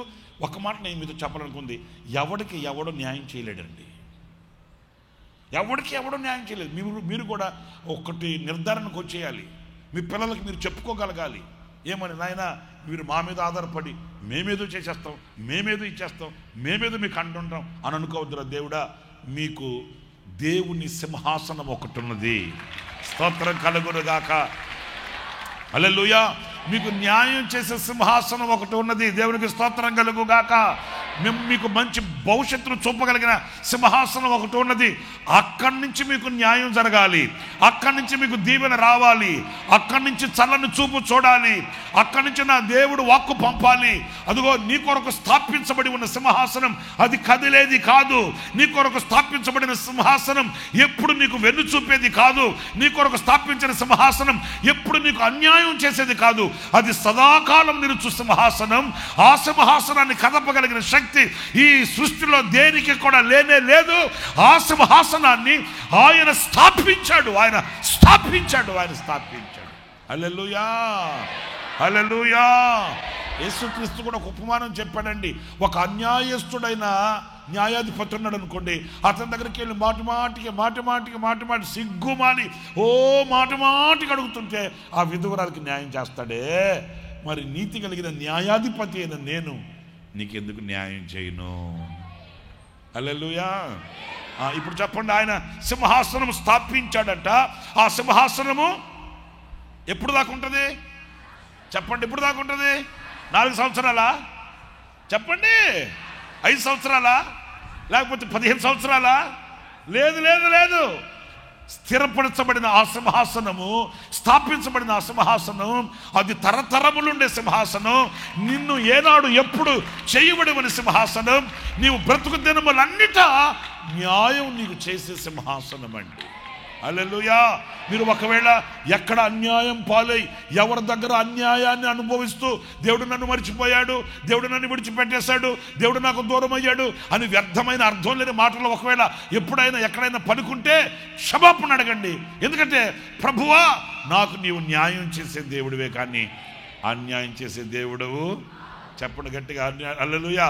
అన్యాయం చేసే దేవుడవు. ఒకవేళ కొంతవరకు మనకు కీడు జరుగుతున్నట్లుగా అనిపించవచ్చు. ఓకే, కాస్త మనకు శోధనగా ఉన్నట్లుగా అనిపించవచ్చు. ఒక రాజుగారు వేటకు వెళుతూ వేట అంటే ఏమంటారు దాన్ని? బాణాలు వేసి చంపుతారే,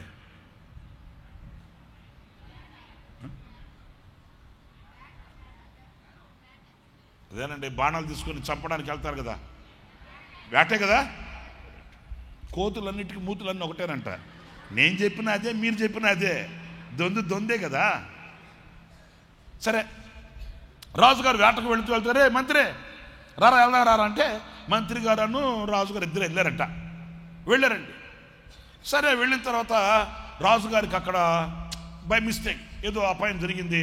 ఆ అపాయంలో రాజుగారికి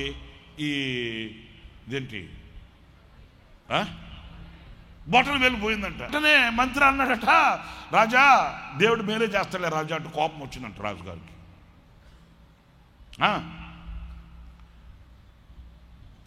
కోపం వచ్చేసి ఏం రా అని తీసుకెళ్ళి రాజుగారు కోపంకి ఎవడన్నా తట్టుకోగలడా? చెప్పరేంటండి, తట్టుకోగలడండి?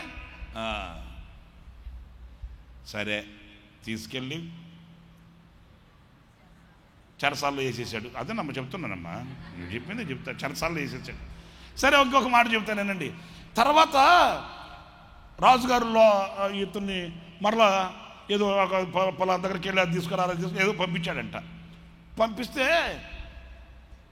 ఈ ఏమంటారు దాన్ని, ఈ నరబలి ఇచ్చేవాళ్ళు ఉంటారు కదండి, వాళ్ళకి దొరికాడంట. ఎవరు దొరికితే వాళ్ళు తీసుకెళ్ళి అన్ని పరీక్షించి చూశారంట. చూస్తే ఈయనకి ఏం లేదు, బొటన వేలు లేదు. బొటన వేలు లేకపోతే వాళ్ళ ఆయన అన్నాడట, దేవతకు బలి ఇచ్చేటప్పుడు లోపం ఉండేది ఇవ్వకూడదు, అన్ని కరెక్ట్గా ఉండాలా ఏమో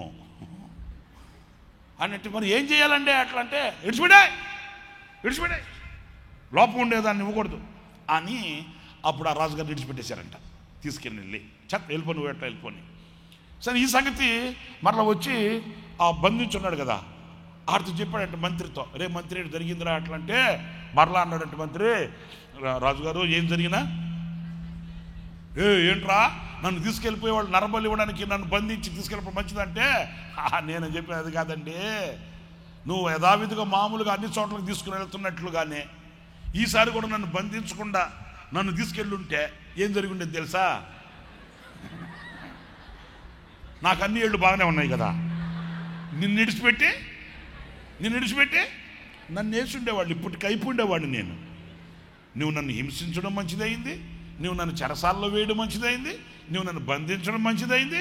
అసలు అన్నిటికంటే మనం ఇంకోటి చెప్పనా, ఇవి జరగక మునిపి నీ బొట్టనేలు పోవడం కూడా మంచిదయ్యింది. పోయింది బొట్టనేలే, అది పోకుండా ఉంటే ప్రాణమే పోయి ఉండేది. అంటే నేను ఎందుకు చెప్తున్నానంటే, చిన్నవి మనకు కొంచెం కష్టంగా ఉండొచ్చు, కానీ న్యాయమే జరుగుతుంది నీకు. హల్లెలూయా. కొన్ని మార్గాల్లో మనం వెళ్ళేటప్పుడు అవి చేదుగా ఉండొచ్చు, కొన్ని మాటలు మనం వినేటప్పుడు కాస్త వేదనగా ఉండొచ్చు, కొన్ని దృశ్యాలు మన కళ్ళతో చూసినప్పుడు మన గుండె కాస్త కుమిలిపోవచ్చు. ఎందుకు నాకు ఇలా జరుగుతుంది, ఎందుకు ఇలా జరుగుతుంది, దేవుడు ఎందుకు అంగీకరిస్తున్నాడు, దేవుడు ఎందుకు ఆమోదిస్తున్నాడు, దేవుడు ఎందుకు నా మీద ఇలాగా కన్నీళ్ళకి ఆ అంగీకారాన్ని తెలుపుతున్నాడు అనే కాస్త మన మనసు చిముక్కుమంటుంది, కాస్త మన మనసు వేదనకి గురవుతుంది. ఒక్కటి మాత్రం వాస్తవం, ఆయన తన సింహాసనాన్ని స్థాపించి ఉన్నాడు. ఆమేన్.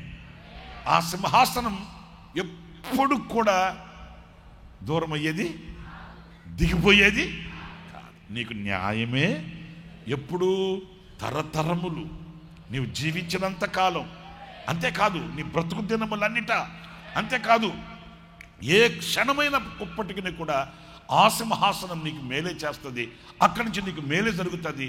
కనుక ఆ మేలు జరిగే సింహాసనాన్ని నీ కొరకు ఆయన స్థాపించి ఉన్నాడు అన్నప్పుడు, ఇదిగో ఈనాడు నీవు ధైర్యం తెచ్చుకోవలసింది ఏంటంటే, నాకు మేలే జరుగుతుంది, నాకు మేలే చేస్తాడు, నా దేవుడు నాకు ఒక గొప్ప కార్యం చేయబోతున్నాడు. ఆయన సింహాసనం స్థాపించాడు కనుక, ఆ సింహాసనం స్థాపించబడింది కనుక, ఆ స్థాపించబడిన సింహాసనం దగ్గర నుంచి నాకు జవాబు వస్తుంది, నాకు ఆజ్ఞ వస్తుంది, నాకు ఆశీర్వాదం వస్తుంది, నాకు న్యాయం జరుగుతుంది అంతే. అలాంటి పూర్ణ నిశ్చయత మనకు కలగాలి. మీకు 2 విషయాలు చెప్పాను. ఆయన భూమిని స్థాపించి ఉన్నాడంట, అది స్థిరంగా ఉందంట. ఆయన సింహాసనాన్ని స్థాపించి ఉన్నాడంట, అది తరతరములు ఉందంట. ఇంకొక మాట కూడా చెప్పనా? చెప్తాను. ఇంకొక మాట కూడా నేను చెప్పి ముగిస్తాను. అది యెషయా గ్రంథం 14వ అధ్యాయం.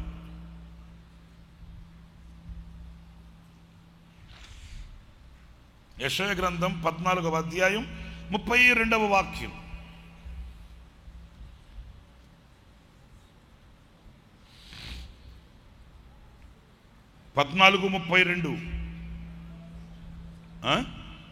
జనముల దూత క్రియ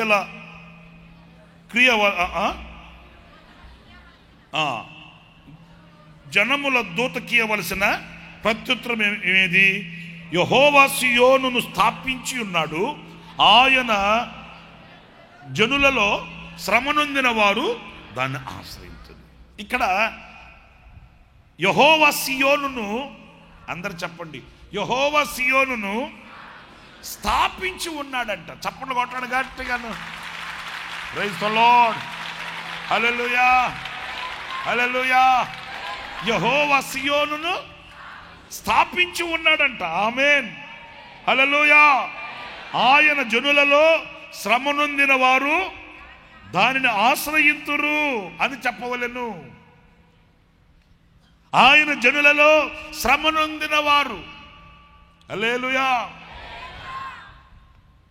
ఆయన జనులలో డబ్బు సంపాదించిన వాళ్ళు అని కాదండి, ఆయన జనులలో పదవులు సంపాదించిన వాళ్ళు, లేకపోతే ఆధిక్యతలు సంపాదించుకున్న వాళ్ళు, కీర్తి ప్రతిష్టతలు కలిగిన వాళ్ళు, ఆ కులంలో పుట్టిన వాళ్ళు మాత్రమే. ఇవి కాదు యోగ్యత. ఇక్కడ మనం చదివితే ఆయన జనులలో శ్రమ నొందిన వాళ్ళు. మనకు తెలియదు, కానీ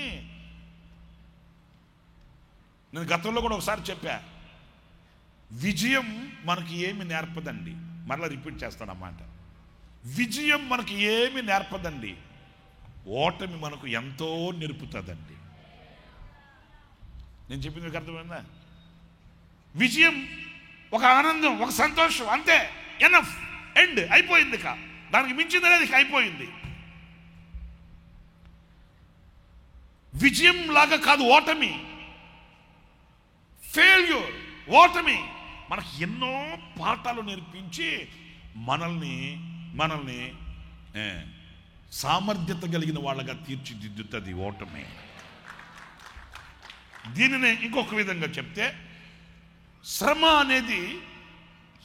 అనేది మీరు రోమపత్రికలు చదువుతారు కదండి. శ్రమ ఓర్పును, ఓర్పు పరీక్షను, పరీక్ష నిరీక్షణను కలుగు చేస్తుందంట. బేస్ అంటే శ్రమ అండి. శ్రమ ఓర్పును, ఓర్పు పరీక్షను, పరీక్ష నిరీక్షణ. ఓకే, ఈ స్టార్టింగ్ ఆ ఎండింగ్ చూడండి. ఈ శ్రమ ఎక్కడ తీసుకెళ్తుంది? అంత ఆఖరికి నిరీక్షణకి తీసుకుని వెళ్తుంది. నిరీక్షణ కలిగిన వాడు ఎవడు కూడా సిగ్గుపడడు. నిరీక్షణ కలిగిన వాడు ఎక్కడ ఎప్పుడు కూడా నిలిచిపోడు. నిరీక్షణ కలిగిన వాడు సాగిపోతాడు. ఆ బహుమానాన్ని పొందుకోవడానికి యోగ్యత గలవాడు అవుతాడు. శ్రమ అనేది మనకు ప్రతిఫలాన్ని తీసుకుని వస్తుంది. ఇప్పుడు సాయంకాలం జీతాలు ఇస్తుంటాడు యజమానుడు. ఎవరికి ఇస్తారు? పని చేసినోడికి ఇస్తాడా? దుప్పటి కప్పి నిద్రపోయినోడికి ఇస్తాడా? దాన్ని ఈ భాషలో మాట్లాడతా. శ్రమ పడ్డవాడు ప్రతిఫలాన్ని తీసుకుంటాడా? సుఖపడ్డవాడు ప్రతిఫలాన్ని తీసుకుంటాడా? మరి మీరేమంటున్నారు? ప్రభువా యేసు నామములో, in the name of Jesus, తీసేయ్. ఎవరిని అమ్మా? మనకి ఎంత చేదో శ్రమ అంటే, ఎంత కష్టమో. కడుపులో చల్ల కదలకుండా శుభ్రంగా తిని నిద్రపోయి ఆదివారం వస్తే ఎంత మంచి సాత్వికమో. నేనైతే గత వారం రోజులుగా ఆశ్చర్యకరంగా పోషించబడి తిని కదండి. కానీ కన్నీళ్లు నేర్పే పాఠం ఒకటి ఉందండి. నలపబడిన అనుభవాలలో పరిమళించే సువాసన ఒకటి ఉందండి.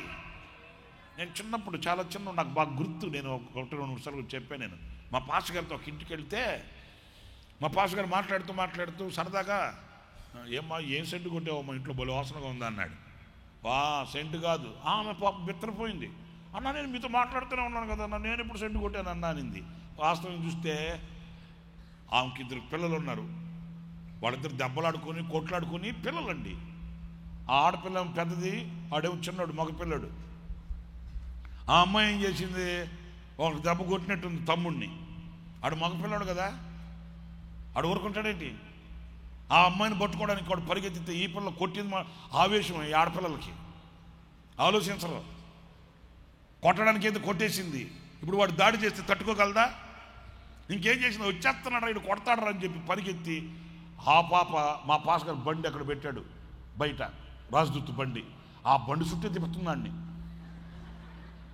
నాగపట్నంలో తిప్పినట్టు తిరిగి తిరిగి. వాడు తక్కువైనాడా? ఆ పాప చుట్టూ తిరుగుతున్నట్టుగానే ఎదురొస్తే ఇంక దొరికిపోయాడు రా బాబని. ఇంక ఎంతసేపు తిరుగుతుంది ఏంటి? తిరిగి తిరిగి తిరిగి ఇంక ఇంట్లోకి వచ్చేద్దామని ఆ పాప మెట్లు ఎక్కి దాటేటప్పుడు ఈడేం చేశాడంటే ఎగ్గరి గంతేసి ఆ పాప జడలో పెట్టుకుంది రోజా పువ్వు. ఆ రోజా పువ్వు దొరికింది అడిగి. వాడు ఆ రోజా పువ్వు కిందేసి ఆ రోజా పువ్వు మీద కాలు పెట్టి ఏదో ఆ వరండాలో వాళ్ళ అక్కతో అంటాడు, ఇప్పుడు రా. ఆ పాప ఉంటుంది, ఒరే తక్కువ బకరా, ఒరే తక్కువ బకరా అంటే వాడు కక్ష తీరక ఏడుస్తూ వాడు బాధ ఏం చెప్పుకుంటాడేంటి? వాళ్ళ అక్క కొట్టిందని ఆ లక్క జాడలో ఉన్న రోజా పువ్వు కింద వేసి దాని మీద కాలు పెట్టి నలుపుతున్నాడు దాన్ని. ఇప్పుడు రా తీసుకొని ఈ రోజా పువ్వు తీసుకో అంటే ఆ పిల్ల అరే ఏడుస్తుంది. ఈ రోజు మా పాస్ గారు అంటాడు ఆ గదిలో కూర్చొని, ఏం సెంటు కొట్టేవమ్మా? సెంటు కాదు, నలుగుతున్న పుష్పం పరిమళించే సువాసనది. అంటే ఈ మాట నేను ఇప్పుడు ఎందుకు చెప్తున్నానంటే, నలగకపోతే పరిమళ వాసన లేదండి, నలగాలి. సుకుమారంగా శుతిమెత్తగా కష్టమంటే నష్టమంటే బాధ అంటే తెలియకుండా ఉదయాన్నే లేయడం, 25 చపాతీలు తినడం. ఏంటి అట్లా చూస్తారేంటి? అమ్మా తెలీదా చపాతీ అంటే? మీరు ఎట్లుందంటే మీరు నవ్వడం, వాట్ ఈస్ దిస్ చపాతీ అన్నట్టుంది. మరేంది కష్టం అంటే తెలియక మనడు కొంతమంది ఉన్నారు కదండి, అవివేకంగా ఏం మాట్లాడతారు తెలుసండి? మా పిల్లలకి కష్టం అనేది తెలియకూడదు అయ్యా, మేమేదో కష్టపడ్డాం, మేమేదో శ్రమ పడ్డాం, మేమేదో ఇబ్బందులు పడ్డాం, మా బిడ్డలు ఆ కష్టం తెలియకూడదు. తెక్కమోహమా, నువ్వు పడే కష్టం ఏంటో నీ బిడ్డలకి తెలియకపోతే నీ మీద విలువ రాదు, నీ మీద విలువ ఉండదు, వాళ్ళకి గౌరవం ఉండదు, నీ మీద ప్రేమ పుట్టక రాదు. నువ్వు పడే కష్టం ఏంటో వాళ్ళకి తెలియాలి, వాళ్ళకి తెలియాలి. నువ్వు పడే కష్టం ఏంటో వాళ్ళు గ్రహించగలగాలి. నువ్వు ఎంత కష్టపడి వాళ్ళ కడుపు నింపుతున్నావు, ఎంత కష్టపడి వాళ్ళ కన్నీళ్లు తుడుస్తున్నావు, ఎంత కష్టపడి వాళ్ళకి వస్త్రాన్ని కప్పుతున్నావు, వాళ్ళకి తెలియాలి.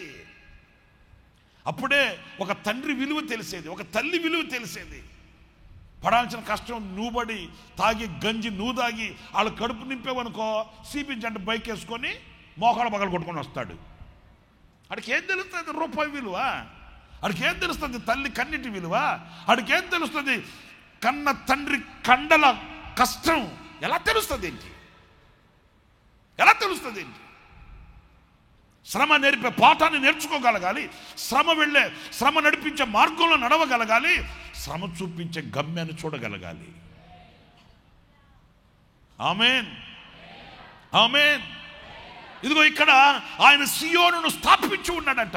ఇక్కడ నేను మీతో చెప్పాలనుకున్న మాట ఏంటంటే, శ్రమ లేనిదే సిలువ లేనిదే సింహాసనము లేదు, శ్రమ లేనిదే కష్టం లేనిదే ఆయన అనుగ్రహించే ఉన్నతమైన ఆ సియోను అనే ఆ ఉన్నత పర్వతపు అనుభవం లేదండి. ఆయన సియోనును స్థాపించి ఉన్నాడంట. ఆయన జనులలో శ్రమనొందిన వారు దానిని ఆశ్రయింతురు. ఈ రోజున నీకు ఒక ఉన్నతమైన ఆ పరిశుద్ధమైనటువంటి ఆ సియోను యొక్క అనుభవం నీకు కావాలంటే దేవుని చేతిని పట్టుకొని ఓర్పు, నేర్పు, సహనం, సంతోషంతో ఇరుకైన మార్గంలో నీవు నడవాలి. సియోను మార్గములో పలు శోధనలు రాగా. సియోను మార్గంలో ఏమొస్తాయంట చెప్పండి? ఏమొస్తాయంట? ఏనుగులు వస్తాయా? వస్తాయి. ఏనుగులు వస్తాయి, ఎలుగుబంట్లు వస్తాయి, కుక్కలు వస్తాయి, నక్కలు వస్తాయి, చీల్చే తోడేళ్ళు వస్తాయి, ఎన్నో వస్తాయి. ఏ మార్గంలో ప్రతిష్ఠింపబడిన, ఏర్పరచబడిన ఉన్నతమైన ఈ సియోను మార్గంలో ఎన్నో వస్తాయి. ఎన్నో శోధనలు, ఎన్నో శ్రమలు, ఎన్నో కష్ట నష్టాలు వస్తాయండి. నేను ఎందుకో వీళ్ళు మన పాస్టర్లు పాట పాడుతుంటే కూడా నాకు ఈ సందేశం కన్ఫర్మ్ అయిందండి. నేను వీళ్ళు పాడుతున్న పాటలు వింటున్నప్పుడు ఏంటి ఈరోజు నేను నా మనసులో ఉన్న ఆలోచనలకు అలాగే లింక్ అవుతున్నాయి. అధైర్యపడకు, వదంతులెన్నో విన్నను, ఏర్పరచబడిన వారే తొట్టిల్లుచున్న కాలమిది. అధైర్యపడకు, వదంతులెన్నో విన్నను, ఏర్పరచబడిన వారే తొట్టిల్లుచున్న కాలమిదే. నిత్య మహిమకు అలంకరించు పరిశుద్ధాత్మునిలో నిరంతరము ఆనందించెదము.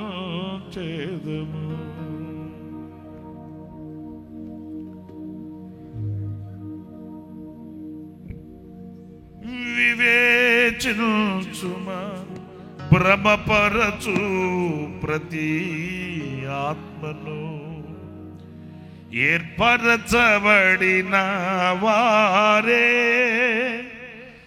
తొట్టిల్లుచున్న కాలమిదే. వీర విజయముతో నడిపించుచున్న పరిశుద్ధాత్మునికి విధేయులమై నిలిచి. ఓయ్ పేతురు, నువ్వు పెద్దవాడు అయినప్పుడు నువ్వు చేతులెత్తేస్తావు, వృద్ధుడు అయినప్పుడు చేతులెత్తేస్తావు. అప్పుడు వేరొకడు వచ్చి నీ నడుము కడతాడు. వింటున్నారా? వేరొకడు వచ్చి మీ నడుము కట్టి ఏం చేస్తాడో తెలుసా? నీకు ఇష్టము కాని చోట్లకి నిన్ను కొనిపోతాడు, ఎత్తుకుపోతాడు. చాలా మర్మగర్భితమైన మాట అండి. నీవు వృద్ధుడమైనప్పుడు నువ్వు చేతులెత్తేస్తావు. నీ శక్తి మీద నువ్వు ఆధారపడడం కాదు, నువ్వు కోరుకొని రేవుకు నువ్వు వెళ్ళడం కాదు, నీవు ఎంపిక చేసుకుని ఆ నిర్ణయం కొరకై నువ్వు ప్రయాసపడడం కాదు. నువ్వు సరెండర్ అయిపోతావు, నువ్వు లొంగిపోతావు. అప్పుడు వేరొకడు వచ్చి ఏం చేస్తాడు? నీ నడుము కడతాడు. నడుము కట్టి నీకు ఇష్టం కాని చోట్లకి, నీకు ఇష్టం ఉండదు కానీ, చెప్పండి, కానీ అదిగో నీ కొరకు ఆయన సీయోనును స్థాపించి ఉన్నాడు. హల్లెలూయా, చెప్పండి హల్లెలూయా. ఆయన నీ కొరకు ఏం స్థాపించి పెట్టాడండి? సీయోనును స్థాపించి పెట్టాడు. అప్పుడు ఏం చేస్తాడు? నీకు ఇష్టం కానీ ఆ మార్గంలో నీకు ఇష్టం కాని చోటుకి ఆయన నిన్ను కొనిపోతాడు. అందుకే పరిశుద్ధాత్మనికి విధేయులమై ఆత్మ నడిపింపుకి మనం ఏమవ్వాలండి?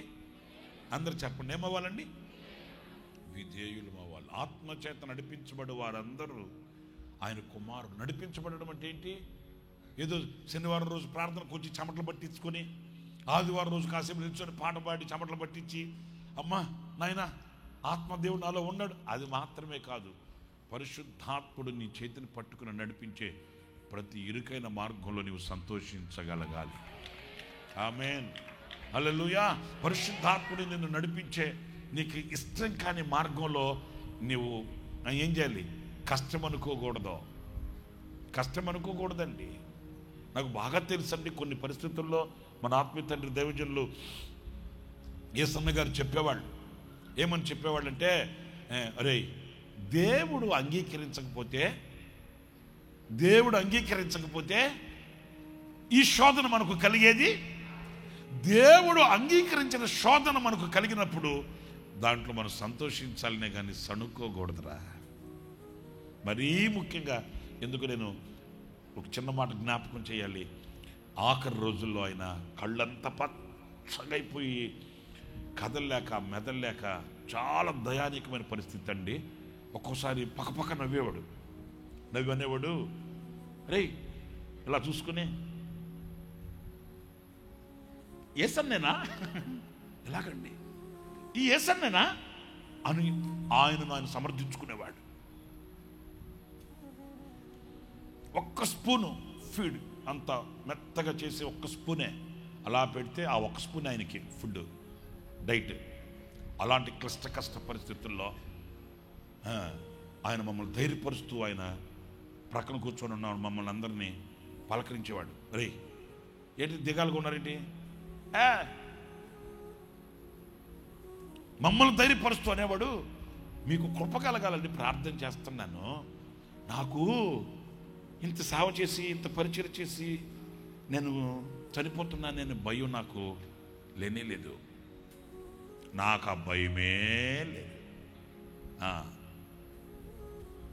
కాకపోతే మీకు కృప కలగాలని, మీకు మేలు కలగాలని, మీకు వివేకం కలగాలని, మీకు సామర్థ్యత కలగాలని మీ కొరకు ప్రార్థించడానికి ఒక 6 నెలలు టైం అడిగాను.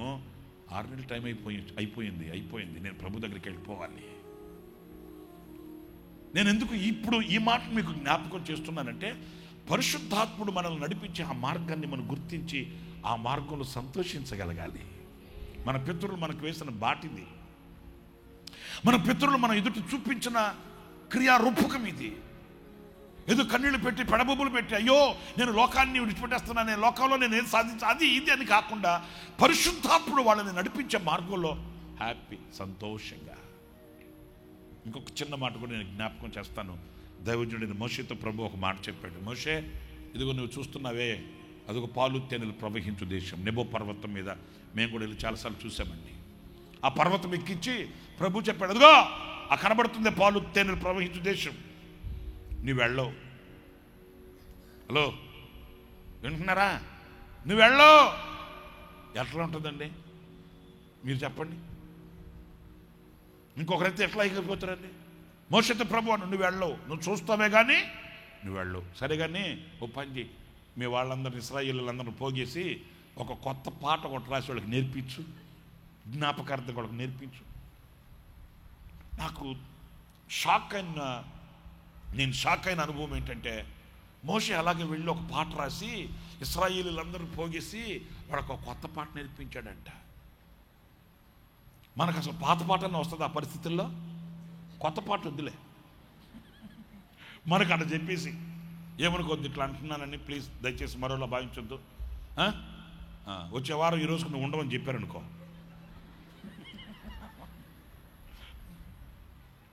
మన నోట్లో పాట వస్తుందా? ఆ కొత్త పాట సంగతి పక్కన పెట్టు, కనీసం నడిపించున్నానా పాట అని వస్తుందా?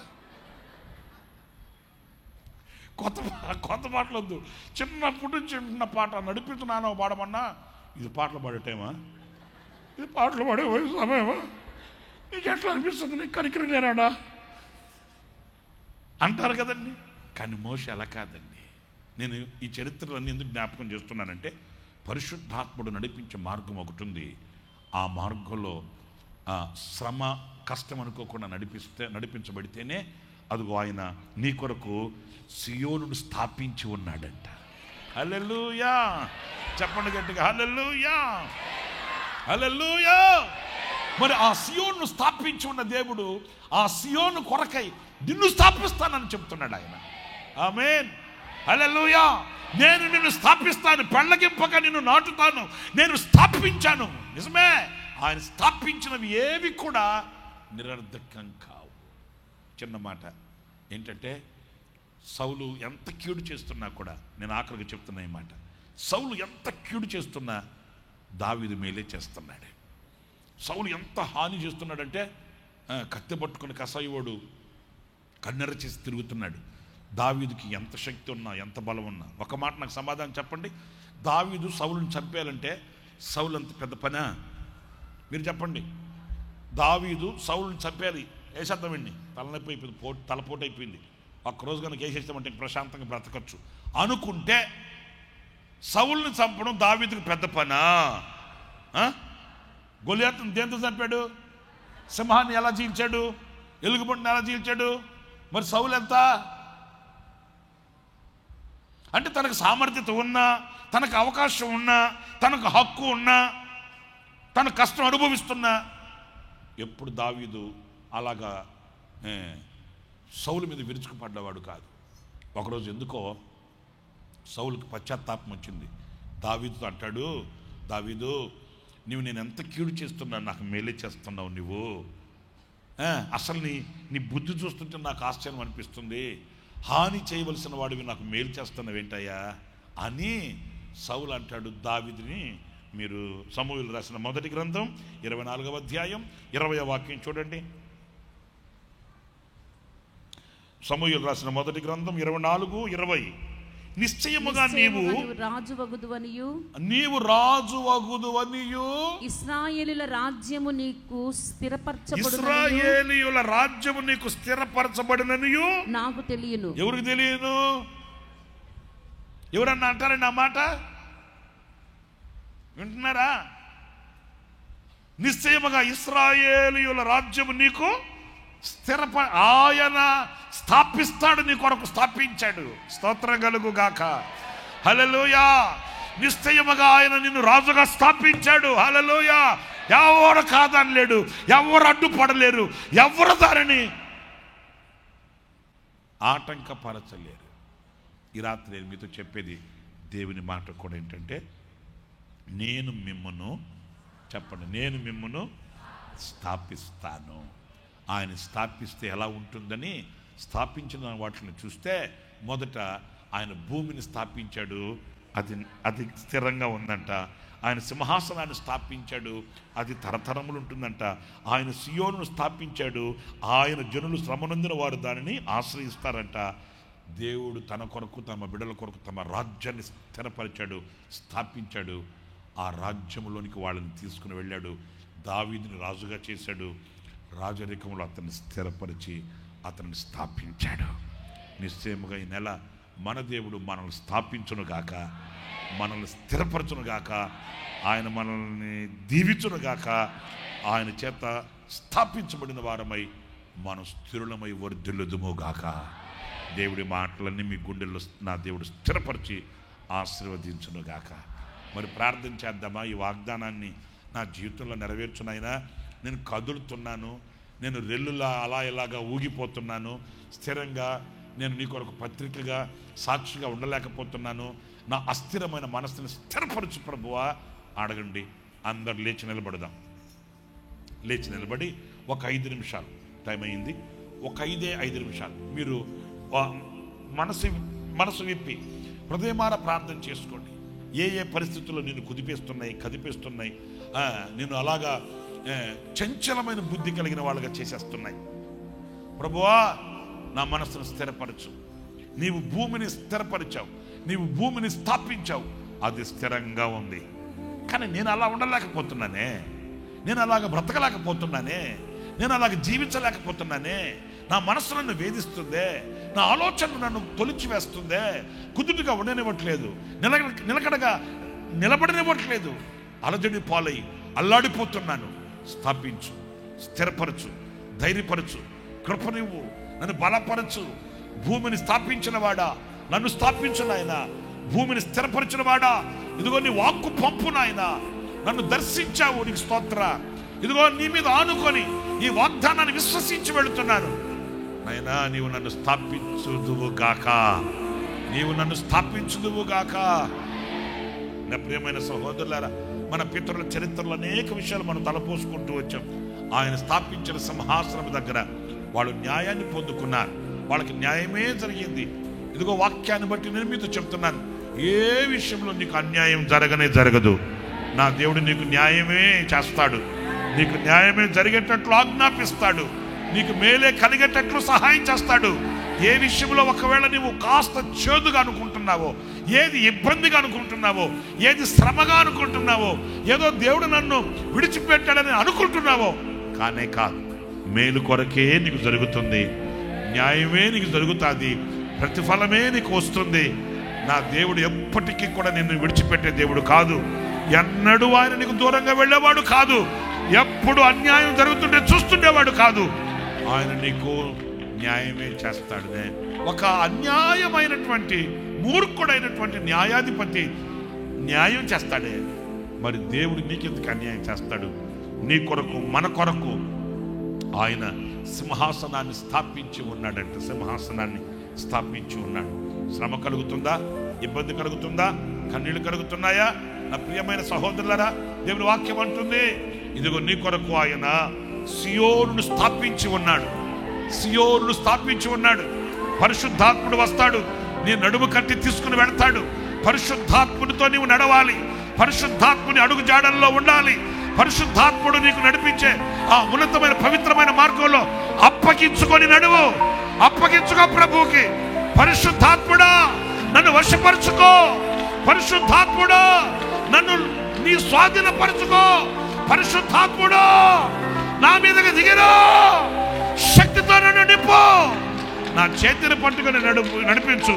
నా నడుము కట్టయ్యా, నా నడుము కట్టయ్యా.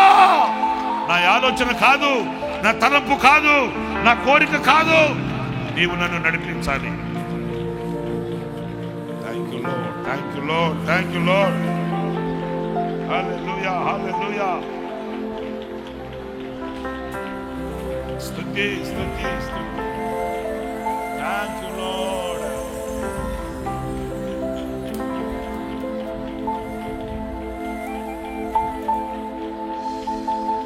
హల్లెలూయా, హల్లెలూయా, హల్లెలూయా.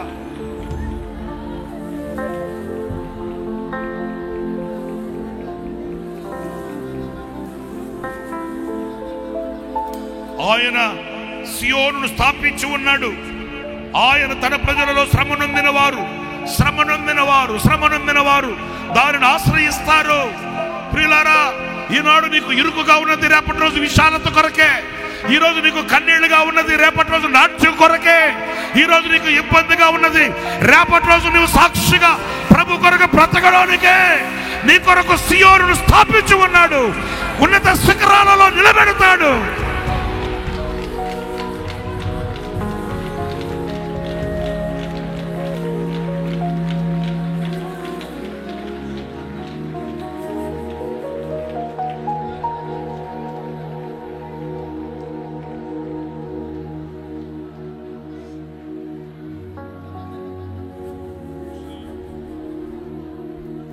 సియోనులో నిన్ను చూడాలని ఆశతో ఉన్నాను నా యేసయ్యా. సియోనులో నిన్ను చూడాలని అందరూ సియోనులో ఆశతో ఉన్నాను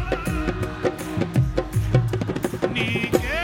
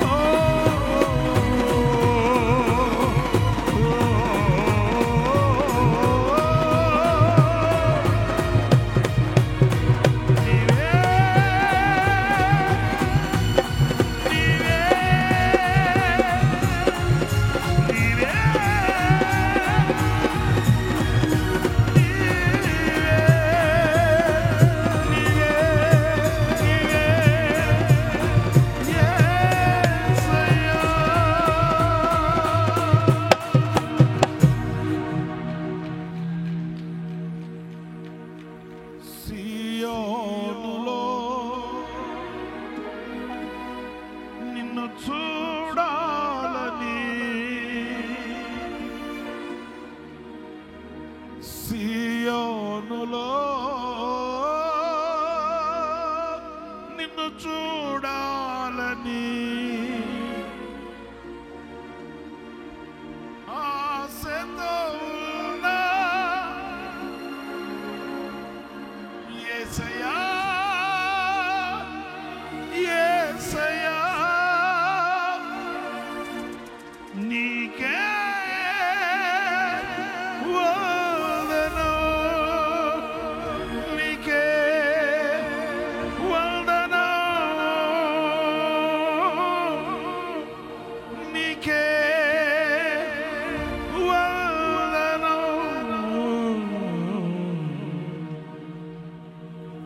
ఓ నజరేయుడా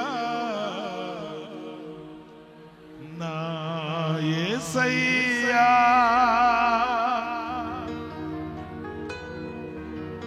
ఎన్ని యుగాలకైనా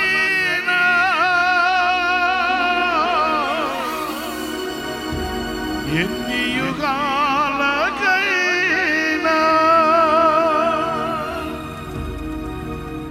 ఆరాధ్య దైవం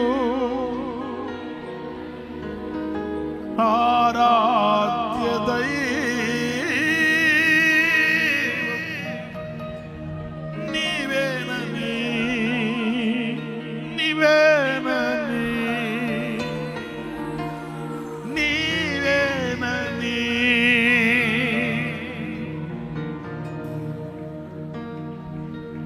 నజరేయుడా నా యేసయ్యా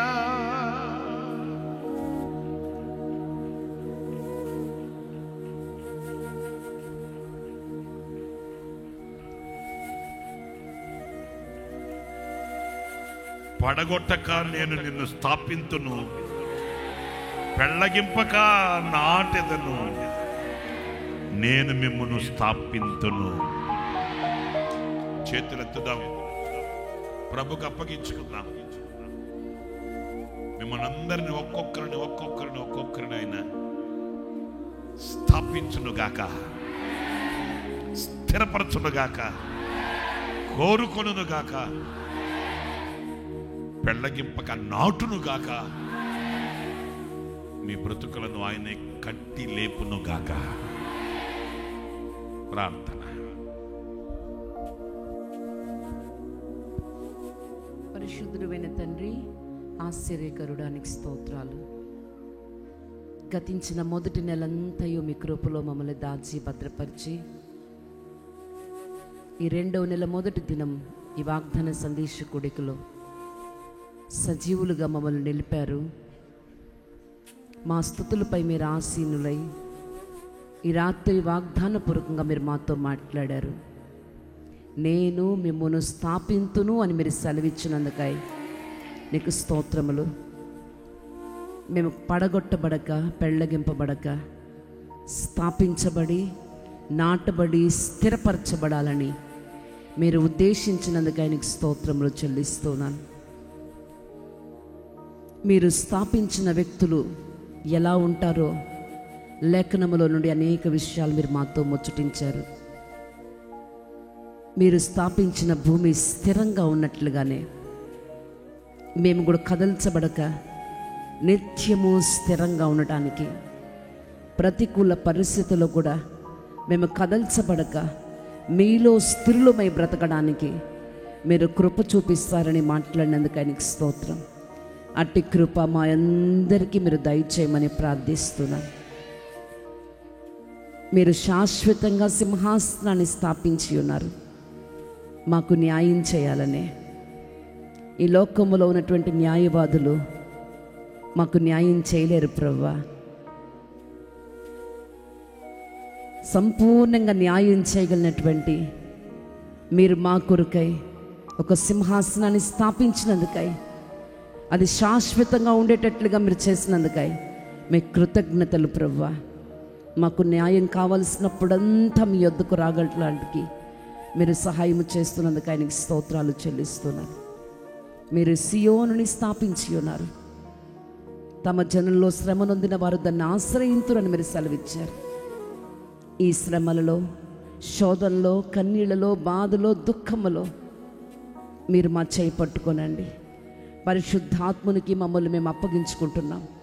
మా నడుములు మీరు కట్టండి ప్రభువా. మమ్మల్ని బలపరచండి తండ్రి. ఓర్పు నేర్పు కలిగిన వారమై నైనా కృంగిపోకుండా ధైర్యంగా నిలవగలిగినటువంటి వారమై నైనా మీరు మాకు ఆశ్రయంగా ఉన్నప్పుడు ఆ ఆశ్రయపురములో మేము ఒక నెమ్మదిని పొందుకునేటట్లుగా మీరు సహాయము చేయమని ప్రార్థిస్తున్నాను.